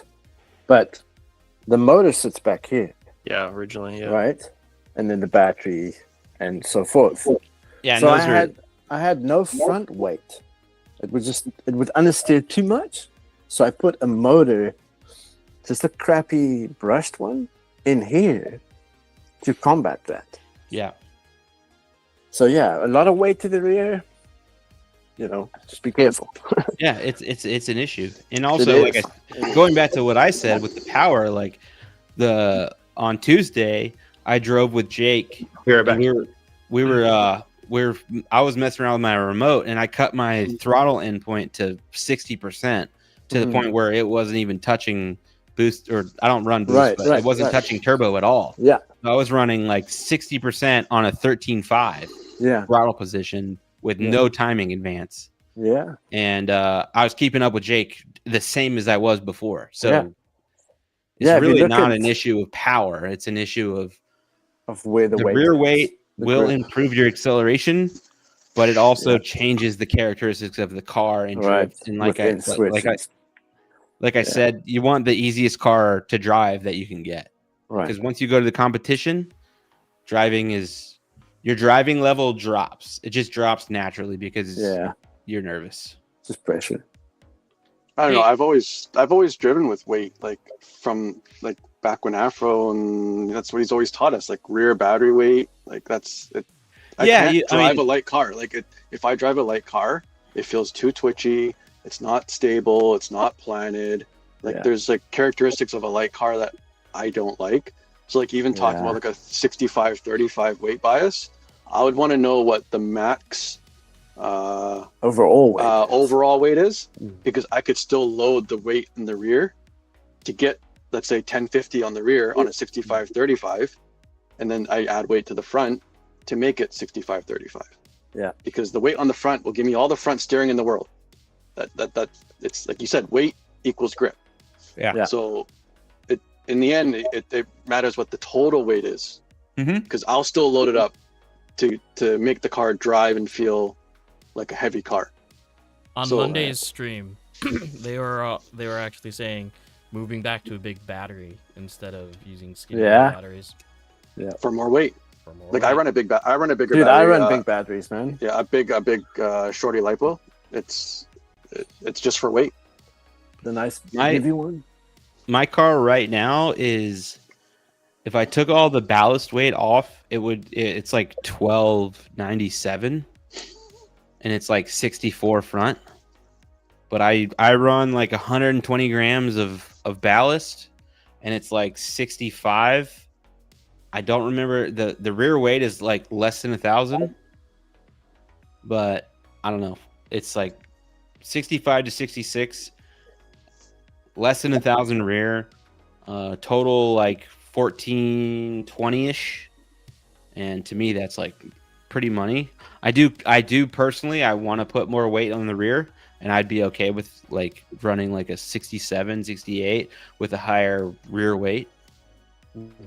But a lot of that is just like, yeah, how do you like to drive, and what do you? But it changes the way that, like, for me, like having the extra weight, now you're just driving with momentum. So like I huck it into a corner, I'm going to use that momentum to get through the corner and then drive out of the corner. Yeah, Or if yeah. you I have a mean, it's a lighter lot car, easier to it's keep less the weight momentum. moving. Yeah, Exactly. Right. Also, So I think it really depends on the track layout that you have too. If you're driving in one of these shops that's like one unit, standing room only, people are stepping on the track to walk by, then the weight that you need and the agility out of your car is different. If you're driving at pit stop versus like a huge Super G type track. So Yeah, there's so many variants, right? Like it depends on the track temperature, how much grip is on the track, how big is the track, is it technical, there's so many. That's why it's always going to be interesting because, let's say you go to event A, you're going to have to look at the track, what the track temperature is, how is the track grip, your tire, suspension, ESC, boost, it's just it starts this big and it just fans out. Like it's just a huge tree of different options and things that you can do. Yeah. And the crazy part is that it doesn't really matter in the end, because if I go to PDX, I'll door Logan and Logan will door me, and our cars are 200 grams different. Yeah. Like, we have it doesn't totally matter. different philosophies, and and then we're just smiling. Like in the end, it doesn't exactly. Joey, you will be delighted to hear that I am running like full rear camber now, is like just contact only, and that's all I care about. Nice. Yeah. So we used to have this thing. 2 degrees, 1.5. Yeah, something like that. So we used to have this thing, Afro, where these guys would come down, and we were running. Was it J-Tile the first time you guys came? No, the first time we came was your beige The white tile. tile. Yeah, the white tile. So that tile was extremely low grip, I would say, and we were running a spec tire, which was the Yokomo P, which to me is extremely soft. Yeah. High wear tire. And this was a scenario where it was in competition, so you show up and you're expected to run brand new tires. Right. So our thing was just crank that camber on that, because we're not going to get to a point where we wear it in enough that it is fast. And that was very, like, for when Joey and all the boys showed up, they were all running like maximum contact patch. Right. And that, because in real life, that's what you do. Yeah. Because in real life, that's what you do. And also, like, long term, anytime, any type of like just straight up driving, that's what you want. But for us, it was just like, just make the car as fast as possible right now with brand new tires. Right. Crank that camber, because just put it on this way. Yeah. Not this way. Don't do it this way. Do it this way. Not off-road, dude. Yeah. Anyhow, that was like a huge point of contention for us. And then, over the time, I think I kind of evolved, and, it was 100% the strategy. Like between me and Jake and Justin, it was always like, how much camber are you running yet? Like, where are we going? How wide is your contact patch right now? Because it was a competition situation, and the P's especially wore very fast. Like we're talking about in a 2-hour practice session, we could go from knifing those things over to no contact patch to Right. like the core of the tire. Yeah. But now we're doing LF3s, we're doing the J tile. It's a much smaller track, so now I'm just like, I want the same rear tires that I've had for as long as possible. Right. That the entire thing is worn and scratches, whatever, don't matter because I'm still getting more contact patch. Yeah. Tires evolved, right? If I think about like where Yokomo had rubber on the outsides, or the inside tire was rubber, and then it had a plastic O-ring, right? They had two plastic little O-rings. Then they made rubber with a big plastic O-ring, and then, they started making type A's and type C's and P-drifts and so on. So, and Noble won't saying stop evolving. Joey might have come home and torn his whole car apart at some point. That first time we went down, oh yeah, that was terrible. That didn't go well. But it's been good. It's been good every time we've come visited again. It's Well, I mean, you and I talked about it when we met in Monroe for the expo or whatever. It wasn't. I switched to like a lower camber setting because it wasn't the same scenario. Yeah. At the time, I was heavily focused on competition only, and the way that our track was, and the way that the tires that we were using. Like I said, the P's are extremely soft and it's extremely susceptible to wear. So to me, it was just like, we have to maximize the grip that we can get out of this tire right now, today. Right. And the P's aren't flat, right? They got like a yeah. kind of So profile. even if you run a P at 0, Like an it's still overexcited going to tire. be on a fucking knife edge. Yeah. So, Yeah, and you can't wear it fast enough in practice alone. Well, Yeah. Well, I guess you could. legally, yes. Yeah. But for me right now, I'm like, we have 3 LF3s, and I'm like, my preferred tires are the tires that I've been running the whole time. Right. Because even though they're scratched up, and I think scratches have a huge effect on grip, it's still more contact than any other tire that I can, or any other camber setting than I can get. Uh-huh. And it's more You consistency, kind and then just like there's more contact, like overall. So you can get more friction out of the tire to do certain things going sideways. Yeah, well, yeah. So There's a thing of like pressure and area, right? Where for me with the P's, it was building more heat with the pressure that you had. But for the LF3s, it's just they don't wear as fast, they don't heat up as much, they're harder. So you're not really, you definitely build heat in them, but it's not the same level of heat building that you get out of P's. It's not as quick. Yeah. For sure. Well, yeah. But if you want, Adam, if you want to bring up my screenshots of my tune, because my tunes changed from last time that I was on the stream. Like I just changed it. Yeah, so I was actually gonna ask you about that. How do you like feeling that you're basically like the cliff notes of like gyro tuning, gyro and servo tuning? Well, okay, we haven't had Joey on since he posted all those AI cheat sheets, right?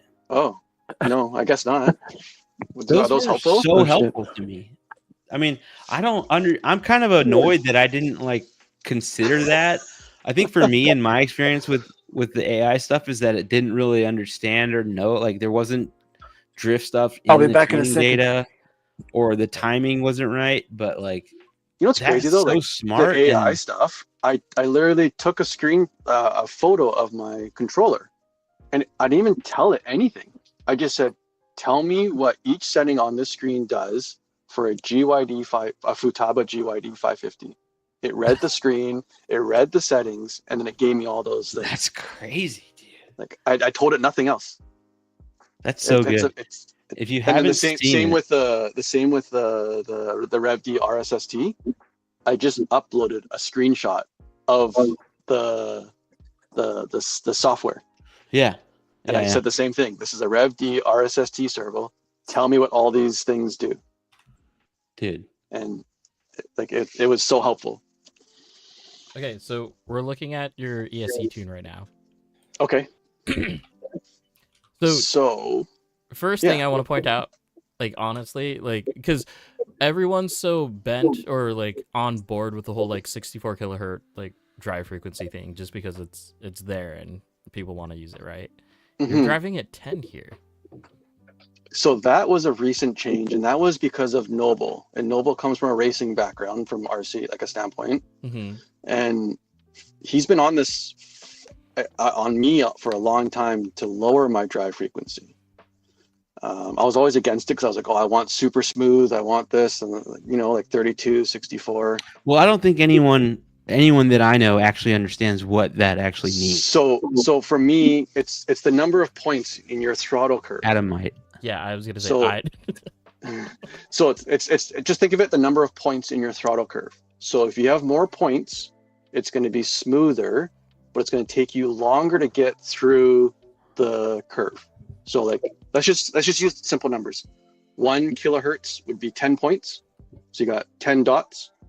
So as you're talking about going throttle, from 0 to full throttle? Yes. Yeah. Okay. Yeah. So think of it like that's how I kind of feel. So it's going to be really coarse. So like as you go through 10 dots. So 10 theoretically is more coarse than 64.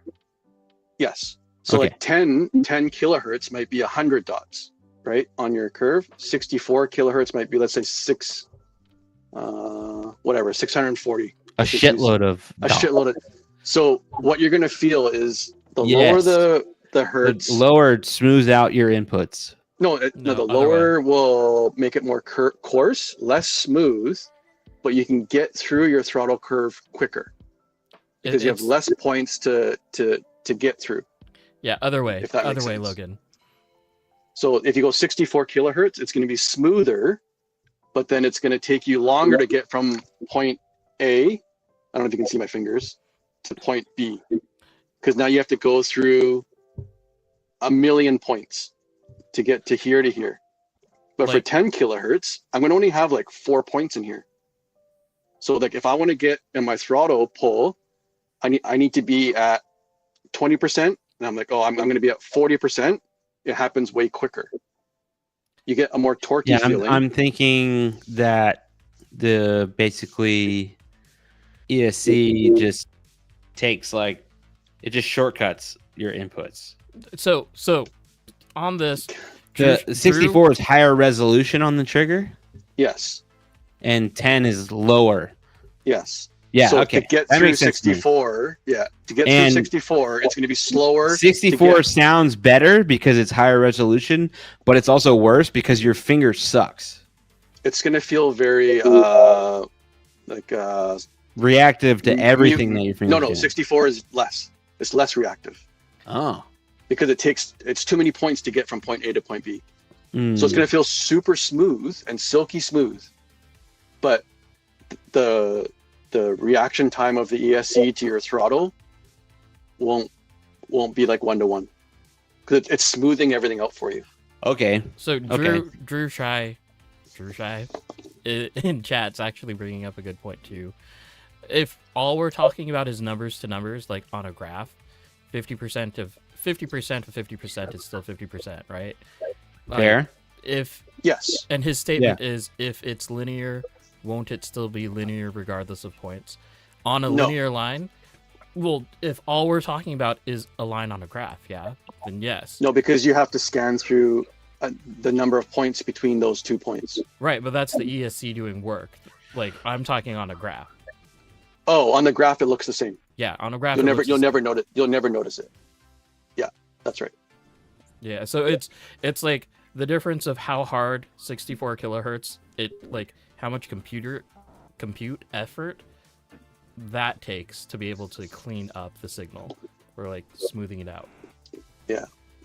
So for 10 kilohertz, what I found was that the car, the throttle, you get a slightly higher torquey feeling. Punch but is the word.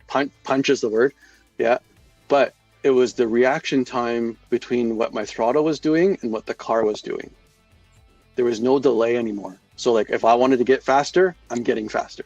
I'm not waiting for it to like slowly get faster. If that So- makes sense. I'm curious though, because like, is that the same sort of feeling that like SandWall users are feeling? Like, because in Miko's little blurb about his M17S, right? He's feeling, and I think it's in a very opposite world, right? Because I think that the M17S is a faster transmission time with Yeah. more resolution than what the It's faster Futaba. for sure. So like they're doing the same amount, like R 64 kilohertz. Well, how am I? wording it? No, I wouldn't say it like that. You No, don't think because so? that's the reaction time of what the signal speed is. Right. So like when you do throttle, the receiver and everything's gonna the Respond to time each other to quicker. response is quicker, but the Yes. ESC is still doing its own thing. right. Yes. So you can have a SandWall set up and then put it 64 kilohertz on an AccuVance, and it'll probably make it feel super like slow to respond because the ESC is then having the last say. Right.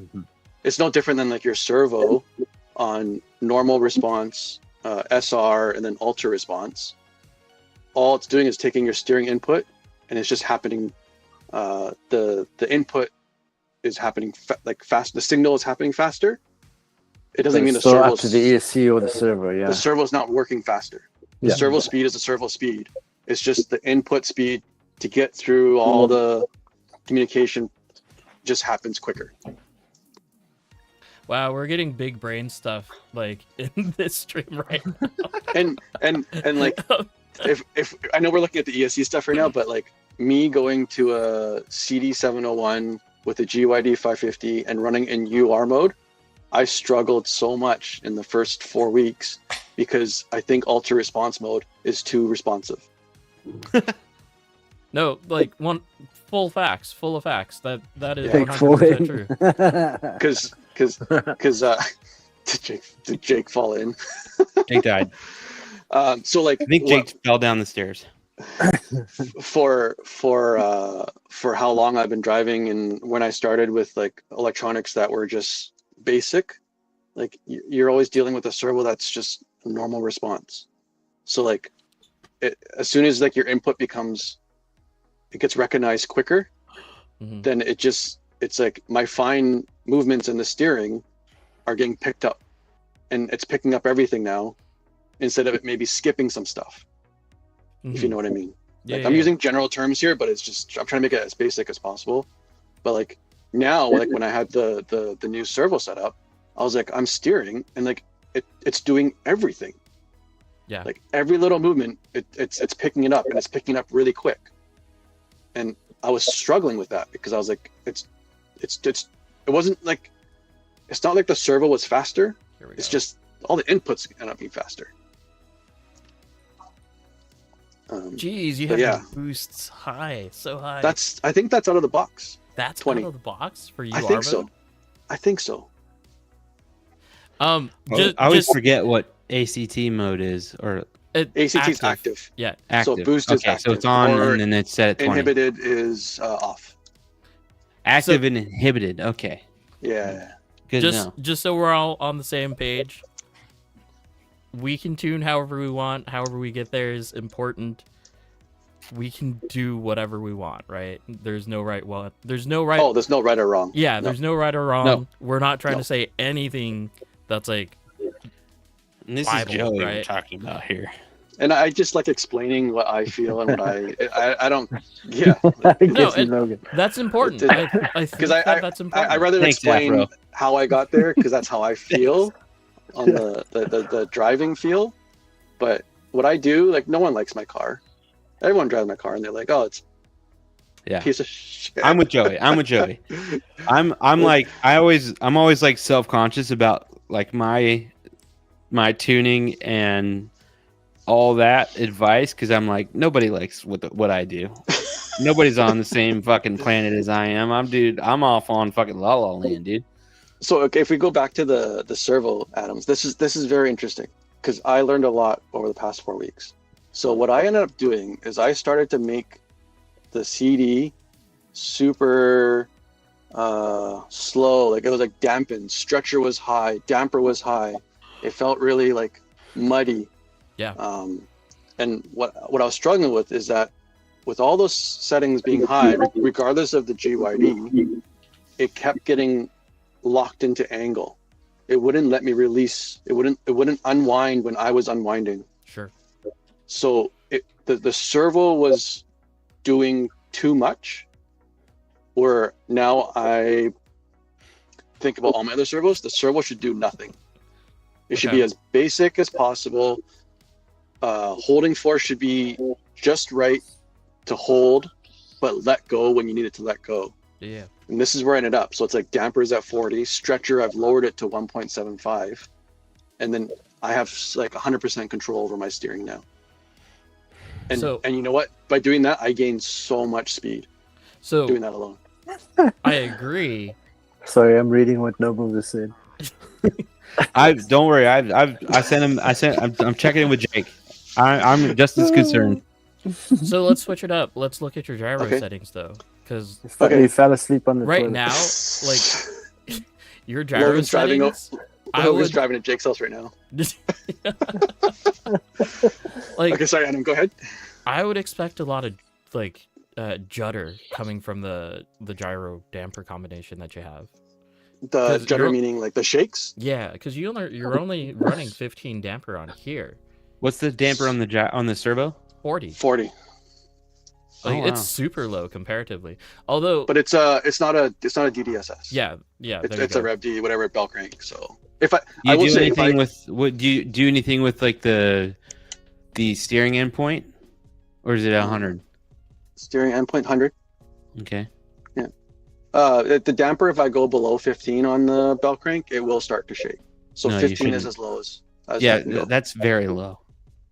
Yeah. I would if you raise the damper, it will just what's the word? It makes it all muddy. It slows it down. Yeah, raising the damper just makes your gyro respond very slowly. Like the more you raise the damper, the more your gyro is just behind the car, basically. It's just dampening everything all the time. Yeah. So Jordan asks, I don't want that.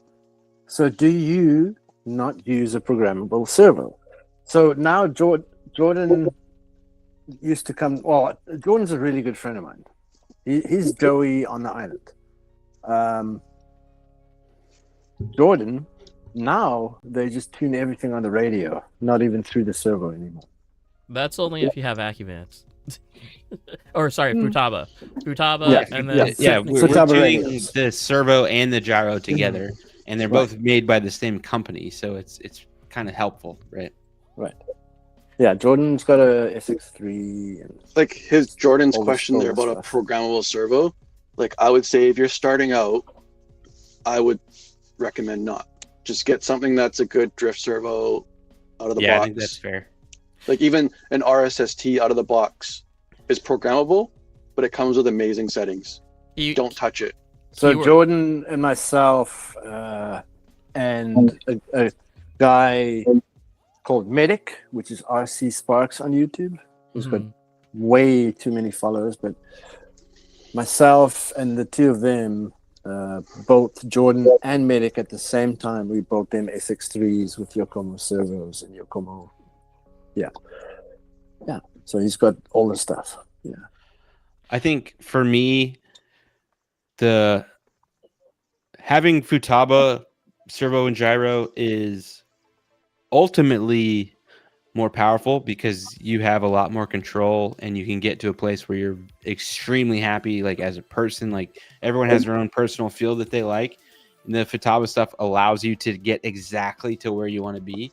But the problem is that takes a lot of seat time and work and brain power to understand how all that shit works.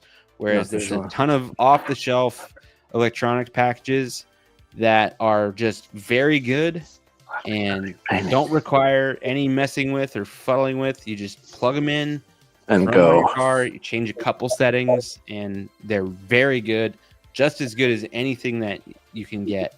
So it's hard though for some people. Like talk about, like, remember earlier I said baseline. I had a baseline feel I was trying to find, so at least I had an end goal Yeah. If you don't have that end goal, then you don't know what you're chasing. Especially with programmable stuff, you'd be down this, I don't know, rabbit hole. Yeah, you have to be And very yeah. in tune with what you want. What you're trying to find. Yes. Because if you don't know what you're trying to find, then you can have a setting that works well, but it might not work, might not be right.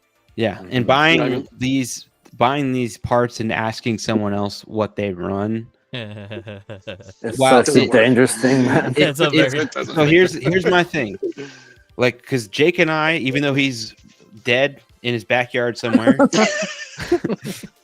we bounce these We miss concepts off, and even DJ too. We bounce these ideas off of each other, right? Because we all have this stuff. Like, so I'm like, well, you know, when I changed this setting, it did this to my car, and Jake's like, yeah, same. I agree with that. Like, I feel that. Like, when I changed this setting, it did this to my car, and you know, that's all fine. But the thing is, at the end of the day, we all like different shit. So Yeah. you have to learn how to understand what each of these settings does, and there's a lot of them on both the servo and the gyro, and they also like bounce off of each other. So like settings on the servo are going to change the way certain settings feel on the gyro. So you have to learn all that, and that's a huge learning curve, and Oh, it it takes a is. long time. So while I do think anyone with a Futaba setup is going to be able to get to a slightly better place in the long Easier. term. Yeah. There's a lot of off the shelf shit that will get them like 80-90% of the way there. Yeah, I wouldn't even Mhm. say easier, to be honest. Like, because Well, I- Futaba is easier than Sanwa. oh, that 100%, I agree Yeah. with that, and I even brought that on the stream on Monday. Like, if Sanwa didn't have such a learning curve on their setup, then man, The freaking radios are so hard to navigate, man. but like, I've driven almost every single combination of servo gyro, right? Like, James drives RSST and does he have an RSST Pro now, or is it just RSST? I think as far as what you've driven, it's probably mostly just RSST and a Revox. And a Revox, yeah, like Yeah. that works great. RSST and a V4 works great. I've driven all of them, and they I've feel even good. like, even with the limited tuning that the Rev D stuff has, which isn't that limited, honestly, you can do a lot with those.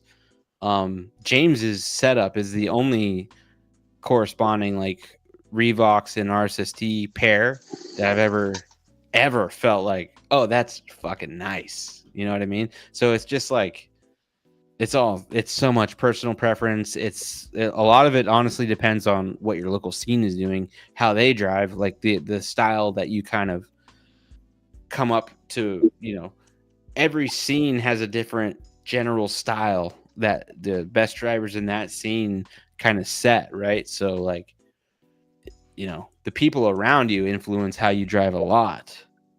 I love how Noble is the only one that says Sanwa is easy. Because that's I don't know. I have Sanwa and Futaba, so So here's my take. I've never had a problem with any Sanwa radio. Any Sanwa radio. Like, sure, the tuning, like getting to place is difficult sometimes, but I've never had a problem with it. I have had problems with Futaba before. Like, my 4 p.m. was in which way? dumb. So I had a 4 p.m. Mhm. and the problem with it is that when there was 7-8 other 7PXs around, mine would like freak out and like almost like a brownout situation, and then it Wow. would come back. Now I've seen people with sevens have issues like connecting and writing to their equipment. but that's kind of understandable when we're I've too never far. had that issue. But the 4 p.m. that I had, I took it to Futaba. They said send it in, but they said that it was going to take 10 weeks to send it in and get it back to me. So I'm like, no, I don't want to do that. No. And I thought it might be a firmware issue, but my 4 p.m. couldn't get and do the firmware update. Like, no matter how hard I tried, it was incapable of processing a firmware update. But that was also the fix later on, because they finally like recognized that was happening, and if you could do the firmware update, then it was fine. Right. So I rage quit at the deli and bought a 7PXR, and my life got better. Yeah, and then also problems pairing the 304 receivers. Definitely have had problems with that. I was gonna say, like, that's what I was saying. Like, I've seen even Jake have issues like writing the tune to his car, but I've never had that issue. Like Jake rips his antenna out. Yeah. Yeah. Well, this is with no. Oh man. I still think that's a valid move.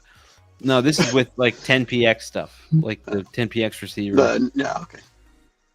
I've seen him like, save, write, and it just doesn't work. Mine always works. I don't know. It's weird. Because you still have your antenna. Well, the 10px version has no antenna, right? Like the E version has the 404E or whatever it is. Internal antenna. Yeah, you can't rip it out. Jarrell, correction, you have an MT4, not an MT4S. Just putting that out there. My MT4S is somewhere in Portland, Vancouver area. It's cool because I see my wrapped MT4S every so often. Yeah. So Drew, absolutely not. Nobody's running traction control. Is that even possible? I have my switch set up on my 7PXR. Do I use it? No. It messes me up more than it like does anything. Yeah, I think the thing with drift, and it's been this case for all video games or RC cars or anything, is the traction control is no bueno. Well, so I got the hint from Rob Nick, right? So things that Rob Nick tells me, I kind of like just trust and try at least. Because technically the theory behind it makes sense, right? If you're in a quarter and you're at that lower RPM, just pulsing, right? Create more traction, get around the corner a little bit faster.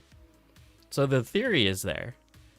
But in practice, it doesn't feel right to me. No matter what it is, any kind of electronic assist, I'm talking even like play Gran Turismo or Assetto or anything. Right. Stability control, ABS, traction control, all that stuff, it literally just makes you slower. Look, we even have C-Note saying traction control feels good with the right settings. I have a button to turn it on and off. Yeah, Christian's a crazy guy. He can win Las Vegas region all he wants. That guy's crazy. Never met him once. Too. That guy's crazy.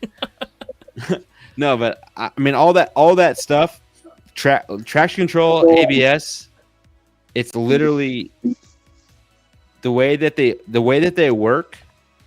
So ABS is like cutting off the brake a bunch, like just taking away the pressure on the brake until you're not sliding the tires. Same thing with traction control. All that just pulsating it, right? It just makes you slower. You can always do it faster than any of those systems can. Yeah. So hey, before we go any further, how far do you guys want to go with this? Because it's 10. It's 10:20. Yeah, I know. I gotta wake up at 5. 1,000% we have to do Afro episode 2. Okay. I'm good for however long you guys want to go. Logan, I think it comes down to you because you gotta wake up too. I'm chilling. It's my day off tomorrow, so yeah. I'm chilling. We can let Afro go. We can let Afro go to bed if he wants to. No, he's staying with us. As long as we're here, he's here. Yeah. He's cutting no. We don't know if Jake's coming back. We don't know where Jake is. I'll just call Jake is. Well, hey, okay. Honestly, no. So Jake. Is Jake coming back for episode 2? I'm about to file a missing persons report. Honestly, I mean, send someone to the. Have you heard from Jake, Adam? No, but we could be trashing on Jake for a really wrong reason, and I'd feel really bad. Yeah. No, yeah, that's true. Like, fair enough. Shout out to Cusco. Yeah, it's not a good time. So, but Adam, if you want to quickly finish up with the ESC tune, so then the story finishes with yes, with that. Yeah. So what I changed, if you go back one picture, page 2. Is that right? Yeah. So Page 2. what I've done is I've taken all the turbo out, and I've gone like full boost. So it's 20 degrees on the can, and then I just crank my boost up, so my throttle curve stays linear. Mhm. And my thought process behind this is that I get a longer power band that's smoother and linear. So then I'm always accelerating through that throttle curve, or like that whatever throttle pull. Sure. There's no turbo spike like halfway through that I'm fighting with now, which I felt like I was fighting with. It was just coming in too early, is what you're running into. Not too early. Even when I got it to come in at the right time, it just felt like. Oh, he's back. Thank God. Dealing with the He's dog, still dude. alive. What? See, Handling- see. Handling the dog. Just handling the brown kids at the pool or what? No, my dog. Oh, Cusco. Cusco. Yeah. Shout out to Cusco, Shout out. the homie. So like the 45 boost was, and then the boost ramp between the start and end was really just to get it so that it felt smoother. Mhm. But I had the RPM range that it would accelerate through that RPM range, Sure. and that's like the best way I was able to achieve it. And it felt so smooth, and it picks up speed like when you want it to pick up speed. There's no turbo like spike in the middle. So, It what's your motor setup? 20 degree, So- 11.5 turn, Okay, with or without torque rotor? torque rotor, the Okay. level 42, Yeah. agile. Agile. So 11.5 agile, 1142 rotor, 20 degrees on the can. See, But boost. And the with turbo boost. yeah. with boost, and then the turbo now I've only got like 4 degrees. It's only full throttle now, so now it's predictable. So now like I've gone full circle. This is what I used to do like, I don't know, 8-9 years ago. Slow Like turbo old- on. Hmm. The turbo is just at full throttle, and I can predict it now. I only need it when I need it. The rest of it is just RPM base, Mm-hmm. just matching my wheel speed to the vehicle Yeah. speed, if that makes sense. Yeah, It's so so funny. as I start talking to more experienced drivers, I'm seeing a lot slower turn on slopes as far as like turbo goes. Yeah. Yeah. So because like it used to be like just I turn it really on. like the off slope. The off slope for me is where you really get speed, because Yeah. if you like enter into a turn and like and wood it and just let off, it's just like you can get that car to hook up like crazy. Yeah, so like for me, like on the 1 degree off, like it's not going to do that. It's going to do the opposite, right? It's going to keep the wheel speed up. Yeah. So like for me, it's more about like throttle response. If I'm going at a certain vehicle speed and you slow those wheels right down because you got like a high turbo off or like drag brake that's too high, then your wheel speed ends up being too slow. You get a lot of like side scrub, Yeah. Mhm. but then to get your wheel speed back up to keep the vehicle speed high takes too long, Mhm. because your wheel speed has to match your vehicle speed. Yeah. See, So I I mean, for me, it's just like I don't believe in a lot of wheel speed. Even it sounds crazy to say this because I have like a 5.8 final drive and all this, but I only use like full throttle to basically slow down or maintain my yeah, it angle. just and maintains strength. maintains drift. perfect. That's all it does. I do the same That's thing. good. That's what my turbo's for. It's So to I maintain really, drift. for me, I have no boost. The boost is not. I don't do boost. It's Oh, just but But don't if I forget, go full throttle, my car's heavier. That's the thing. I need a little bit of timing to just let the wheels off like crazy. Well, that's good driving technique, Logan. That's the way it's supposed to be done. Yeah. Yeah, so my Yep. my experience Good. with this turbo off slope, like when it's set too low, or I guess another example would be like a RPM rotor versus a torque rotor, like using that.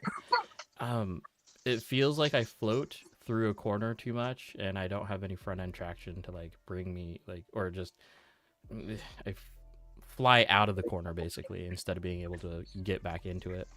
If it's too low, you're saying? If it's like too one low, yeah. So you're just using it's just like drag brake Yep. when you hit turbo, and then it's just almost like it's a drag brake, but not a drag brake. Yeah. No, that's exactly it's just right. coming off. It's just coming off so fast that your RPM's just dropping, but it's not drag brake.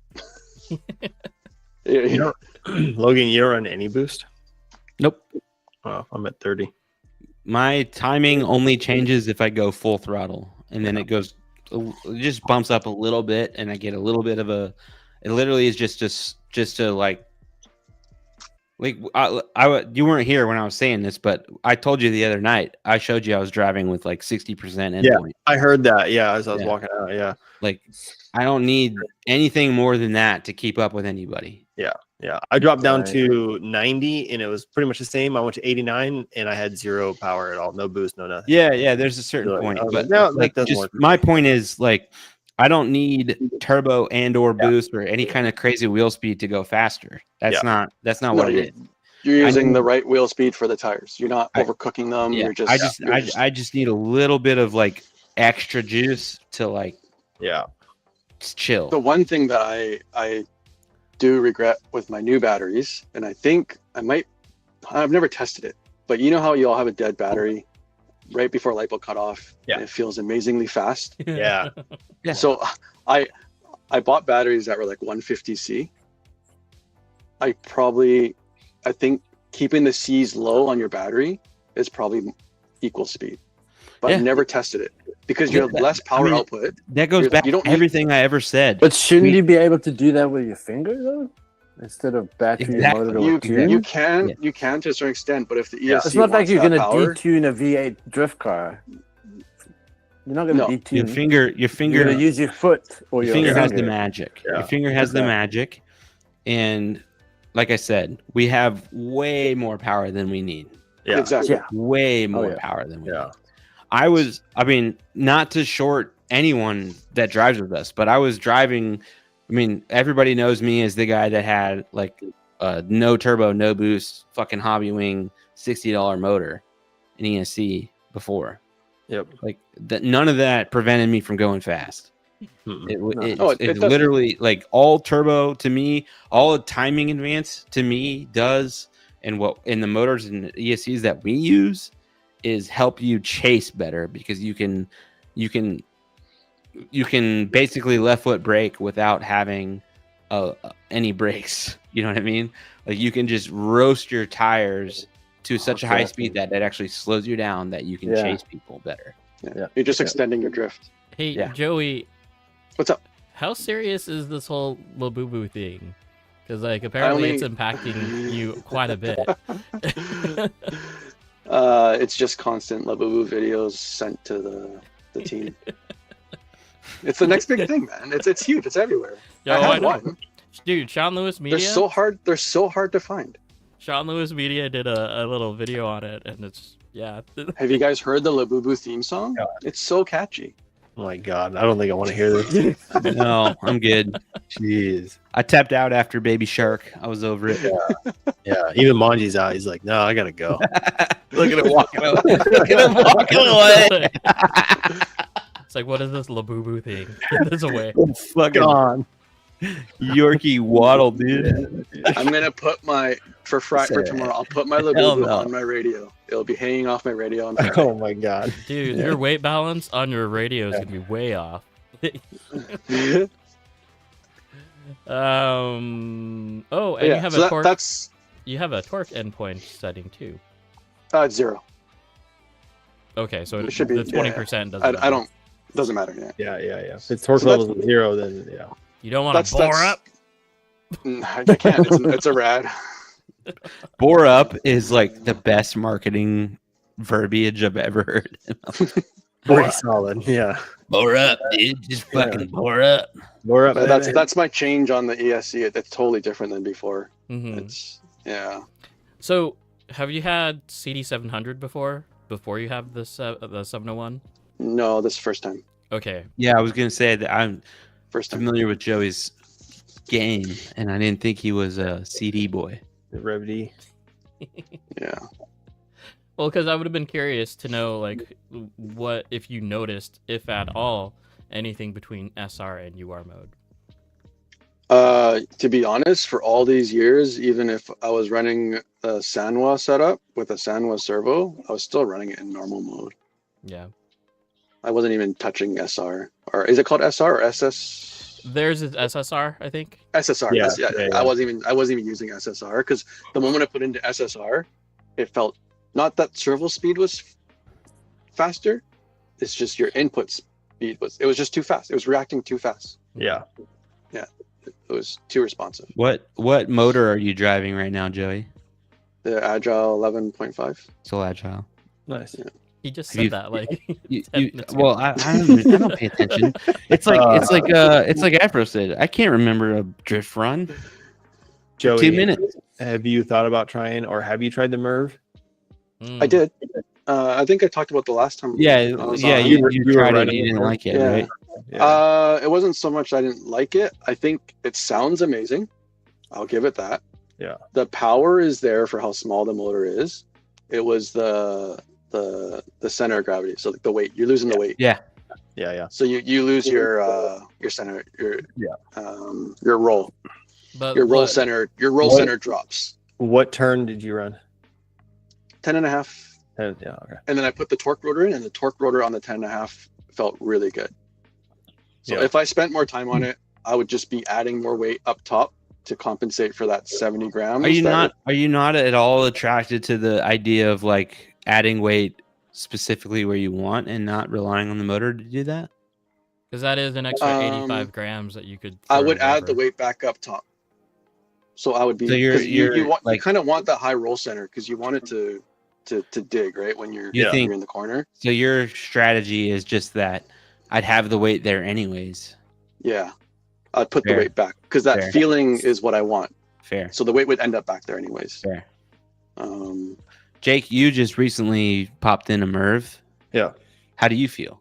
I like it, but at the same time, like losing all of that weight definitely changed the car's characteristic, and I had to add a little bit of weight on the back of the diff because the Shibata motor is so heavy. But Yeah. at the same time, I'm really liking how my So car feels now. You're I'm running the Merv in a Shibata chassis? Yeah, in my 5R with the AccuVance rad, and the motors in the forward position, ESC on the back. But And you have the adapter, the motor adapter, the AccuVance adapter.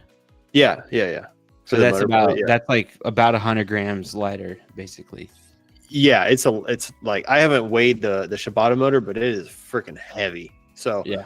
But before though, I would like throw the car in, and it would like kind of want to keep rotating a little bit farther than I wanted it to. And now I like throw it in, and it just stops at the exact angle where I kind of stop turning in, or let off throttle a little bit or whatever. It doesn't want to keep going or slide out farther than I want to. It just stops. and with the Merv, it is powerful for the size it is. yeah, But it's not as powerful as a 540. Yeah. So you are going to get better power out. I shouldn't say better power output. efficiency. Like you're not going to. It's not going to be too punchy or too much RPM. Like it's going to be smoother for you. Yeah. So you won't like. It's not like overpowered, like too much Exactly. power. Yeah. Yeah, you know what I mean. I don't know how to describe it, but you know what I mean. Like it's kind of The like one- holding you back. Like Yeah. The Yeah. only downside to it is like it does get hot. I'm running a 13.5, and it does get warm. So Yeah. and again, like my Shibata one did as well, and I don't know if it's just I don't know why. We it's also, gearing or like- what, but We've been big purveyors of like no fans. yeah, And- I really I try to tune my cars to a point where I do not ever have to run a fan, no matter what. Yeah. 'Cause it's like I just don't want to run And one. And that's I want not more really a battery. thing. I want my battery life, but on that car, I have to run a fan, Yeah, and you I gotta just have it run on a fans, toggle. yeah. So I'll do like 2 or 3 laps, turn the fan on, do a bunch of laps, and then pull over and let it sit. Yeah. But I it's was just running my Merv without any fans for a long time, but it also made it so that I had to be conscious of like, Runtime. oh, I've been driving for 20 minutes. I need to stop for a Yeah. little bit. because the fans for me, like whatever, like they're just for hot lapping. Like when you're in a comp, you just disconnect the fan. Yeah, Yeah. for You never sure. need it. Yeah. So but it's just I'm a huge to let you hot proponent. lap. I'm a huge proponent of like for myself, I like to keep everything as consistent as possible. So even a fan being plugged in or not, like Yeah, if I'm not going to have my fan plugged in, I'm taking it off. Yep. You know what I mean? Yep. I'm like But that. Too. weight is good though. Yeah, you don't take the weight off, Logan. Come on. But you can move it around. Okay. Yeah, exactly. This So is a stream divided. Joey, is I what don't know. it is. You know this, Joey. You know I how know. I feel, Joey. I know. I'm I know. 100%. You take the weight off, and then Put it where all you the want. weight in the parts you take off that you can, and then you put it back I- where you want to put it. Yeah. So Christian Yeah. Clark, I'm trying to design axles that well- weigh like 50 grams, dude. Christian Clark, CDF. you guys, is saying that 380 motor is not allowed in IRCDF. Ooh, Do we that's know? awkward. I don't know about That'd that. be awkward. That'd be awkward as hell because I won that shit. Yeah, I don't know Yeah, about why that. would they not be? I don't okay? think that's true No, I'm gonna say no. Yeah, because they don't even ban, they don't ban fantasies. Why would they? Yeah. Carl is in the chat. Carl. Please tell me I'm not disqualified. Protest. You can Protest. keep the first place, but you're gonna have to give that money back. Ooh, about that $60, dude. Yeah, that's gone. That shit is way gone. I went to Starbucks this morning, brother. Oh, damn. Hell yeah. Hold on, I'm trying to find it. Why would they ban the size of a motor? There's no shot. No, Yeah, yeah. what the way. no? I mean, Maybe RCDC, maybe, but even then, I don't see that. No, No. no. There's no way. I have that shit on my phone, which is my camera right now, so I cannot pull it up. Yeah, right. Oh well, whatever. We're going with it's not banned. It's fucking legal. I got the rules. Let me see. I mean, I'm controlling F and searching for motor in the IRCDF. Yeah, I don't think there are rules regarding the motor. I don't No, think so. Yeah, it shouldn't be a thing. that'd be crazy if it was. Mm. Oh. Chassis with body must weigh at least 1,300 grams total, no more than 2,000 Yeah, grams. yeah, well, yeah, Yeah. whatever. Yeah, wait. Yeah, Oh, I'm sorry. I'm just reading it. So yeah. Yeah, no, there's no rules about that, No. about the motor. That would be the wrong thing to ban Yeah, from. that'd be really yeah. stupid. Dude, yeah. And they allow, That's- yeah, and they're smart guys. So You can only have 350s, not 425. So. Right. Yeah, it's gonna there you go. Carl says no. Yeah, boom. Smoked. There you go. Fixed. Smoked. Sorry, no, Christian. no, it's boom roasted. Boom roasted. Boom roasted. We got to get our daily Boom weekly roasted. stream of I Boom. knew Carl would chime in. Yeah, thanks, Carl. Sorry, Hey, Christian. Carl. Dude, if you're still in the chat, are you guys gonna be open on July 4th weekend? Because Judd and I might be coming down. I don't think so. Let me know. Jump in the comments. I mean, it I sounds wouldn't like do that. the people make some pretty impromptu plans when people go down. Like, cause the whole P-tile thing, the J-tile thing, right? What? Super G opened up for you guys, or you got to play around Well, in Super G. a little that was Steve just hooking me up. I told him I was like, we got these guys to drive, and he's like, yeah. And then they locked us in. We couldn't leave. bit. No, yeah, that was not. Yeah, That was a very That one-off was just thing. like we're buying tile from them, and then Yeah. and they understood that we would be there that Yeah. day to pick up Yeah. tile, and we were like, "Can we drive?" And they were like, "Yeah, you can drive. Yeah, Come on." Doesn't think so. You're not going to be open? I don't think so. All right. Oh, well. Yeah, I think that's reasonable. Oh, 100%. Like, yeah, I'm not mad. Yeah, it's fine. I can figure out something to do here. At a hops game, baby. Yes, sir. I was kind of sad that you were even asked. No, I know. I was like, well, shit. Like, bro, we got Rolling shit to garage. do that day. Rolling garage is pretty sweet. Yeah, fair. But also, hops is pretty rad too. My Yeah. dad's pretty cool too. Yeah, I know, dude. I'm like, yeah. I know. All right. I was like, sick. Jake, trust me, Jake. You want to be on Doug's good side. Yeah, right. Jake's out. You want to Jake's meet. You're gonna out. want to meet Doug. Doug is the shit. Jake chose rolling garage. No, Jake's dead. He's out of the will. Doug So- will give so- us all a house in Mesa one day. I think I'm gonna act as a responsible adult and kind of Shut her down. Yeah, we're gonna shut this down. Yeah. So what we Yeah. know, what we're coming away with is apparently we need a part 2 of Yes. Afro. Yeah, we need a part 2 with Afro. We need story time with Afro. Story time with Afro. So Sounds good to me, man. we'll schedule that out, and then we'll keep things going.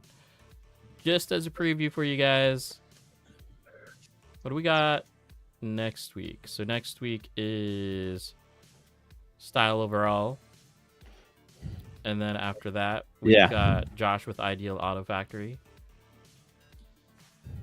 And the third, so we're not having to stream that one, that way, that thing. And then the 10th of July will be Peachtree Drift, which will be Both interesting, supposedly, right? Interesting situations. Oh. So next week, I have to say, I can't guarantee that my location will be ideal for podcasting, but I also invited those guys onto the podcast, so I feel inclined to participate. If you can't make it, let me know. I can make it work. Yeah. So in the new space. just a shout out, I guess it's not a shout out, but like recruitment more so. Because we do have some open spots in July. If you do want to be on the stream, go ahead and hit us up. Hit Logan up, hit DJ up, hit me up, hit Joey up. He can hit me up and do all that fun stuff. But yeah, as you can see, it's easy. Dow, you haven't been on the stream yet. Yeah, you got to be on. Yeah, we have to figure out, like, Dow's a special guest. We have to figure out who's Dow's second guest. Dow, who do you want to bring on? Yeah. How You do can we you change can that? you can think about it. You can think about it. You don't have to answer it in a second, but You don't have to answer right now. but No, you should right an- now. A lot of Now. people wanted Dow to come on with freaking Durkee. Durkee. Yeah. Yeah, you should answer it right now. That'll Durkee hurt. said, "Please don't." That's not true at all. Yeah, so super All right. easy, super easy time. It's fun. It usually doesn't go for This long. 3.5 hours, 3 hours, 45 minutes. This was a super good, easy talking pod. Yeah, for sure. Shout outs. Yeah, Joey, Afro, do you guys have any shout outs that you'd like to do? Tetsugen, Mitsunaga-san. There you go. I'll shout out to Joey. You shout out to me. All the Canadian boys, dude. Miss you guys. Ray, we gotta hang out. Yeah. again soon, Well, man. everybody, man. Like Yeah, Canada, shout out. America, Africa, Yeah. Australia. Afro, shout out China. Afro. He's taught us everything we know. There you go. You can't doubt that. It's not my fault. AccuVance, Tetsugen, both sponsors of mine. Team Spirit West, PDX boys. It's, I don't know, everyone. The community is Yeah. great. Yeah. Yes. Exactly. Yeah, like it's just Everybody. everyone's great. I can't Shout wait out to to meet Adam, and Jake, meet Logan. new people and see. DJ still in the same bumper. Yeah. Can't wait to see the out of towners at Drift to Death. Hell yeah! Yeah. It's not So too it's not much. just us Two coming Drift down. to You guys got, seeing Jordan Is again, that not Hector. okay? Like, Can I ask this Dr. of H is Joey and coming? Afro? Is Two Drift to Death not the best name of a drift event you've ever heard in your life? Makes me think of Tandem to Die. Ooh. the fact that you played off. Actually, I never thought about that. Damn. No, the fact that you played off Too Fast and Furious. Yeah. I thought it was great. It's like such an Yeah. obvious answer to It me. was so but good. Cued in, dude. Cued It was in. good. So good, man. But Yeah. if you can somehow make next year work with Tokyo Drift, that'd be even better. Don't worry, we already listen. When Bro, we got had them all the figured idea- out. We got them all. If you figured out. think we didn't plan it all the way to Fast Oh, 10, yeah, you're fucking wrong. Yeah, Oh dude. my Well, gosh. then Just I'm so keep on happy that- you're going to be open for 10 years. 'cause we got that's a great. 10-year game. Yeah, That's no, good. absolutely. That's good. Look, good. we'll do freaking the 5th event at a fucking basketball court in a park for all I care. And I'll be there. We have I'll come actually out. thought about renting a space for next year. Depending on how big it is this year, we might Right. need to actually get a venue. But Let's we'll go see. Yeah, post it. I mean, Let's- I've thought about that for this year, to be honest. Like, Yeah. but you know, it's whatever. Let's go Yeah. post This it up in this the event airport. will happen. Yeah. We'll Be do like- this shit on the beach. I'll put my blanket on the beach, dude. Yeah, dude. Hell No, yeah. be like RCDC. Just have it in the airport. Yeah. Yeah, Yeah. we'll do that. That'd be sick. It'll actually. just be what are they gonna do? Kick us all out in the airport? Well, if you rent a conference room at like one of the hotels, you're good. I mean, yeah. That's what they Battle do. Tire Drift. Yeah. Okay, you guys. Seriously. Bye, guys. Have a good Joey, night. Afro, See ya. hang out for a little bit. Thanks for having us, man. Yeah. Yeah, hang Don't out, leave. boys. Don't leave yet. Yeah, don't leave. Hang out. The YouTube people are leaving. Wait Yep. for the after Okay, bye party. YouTube. Later, Bye, guys. YouTube. Have a good week. Good night. Peace.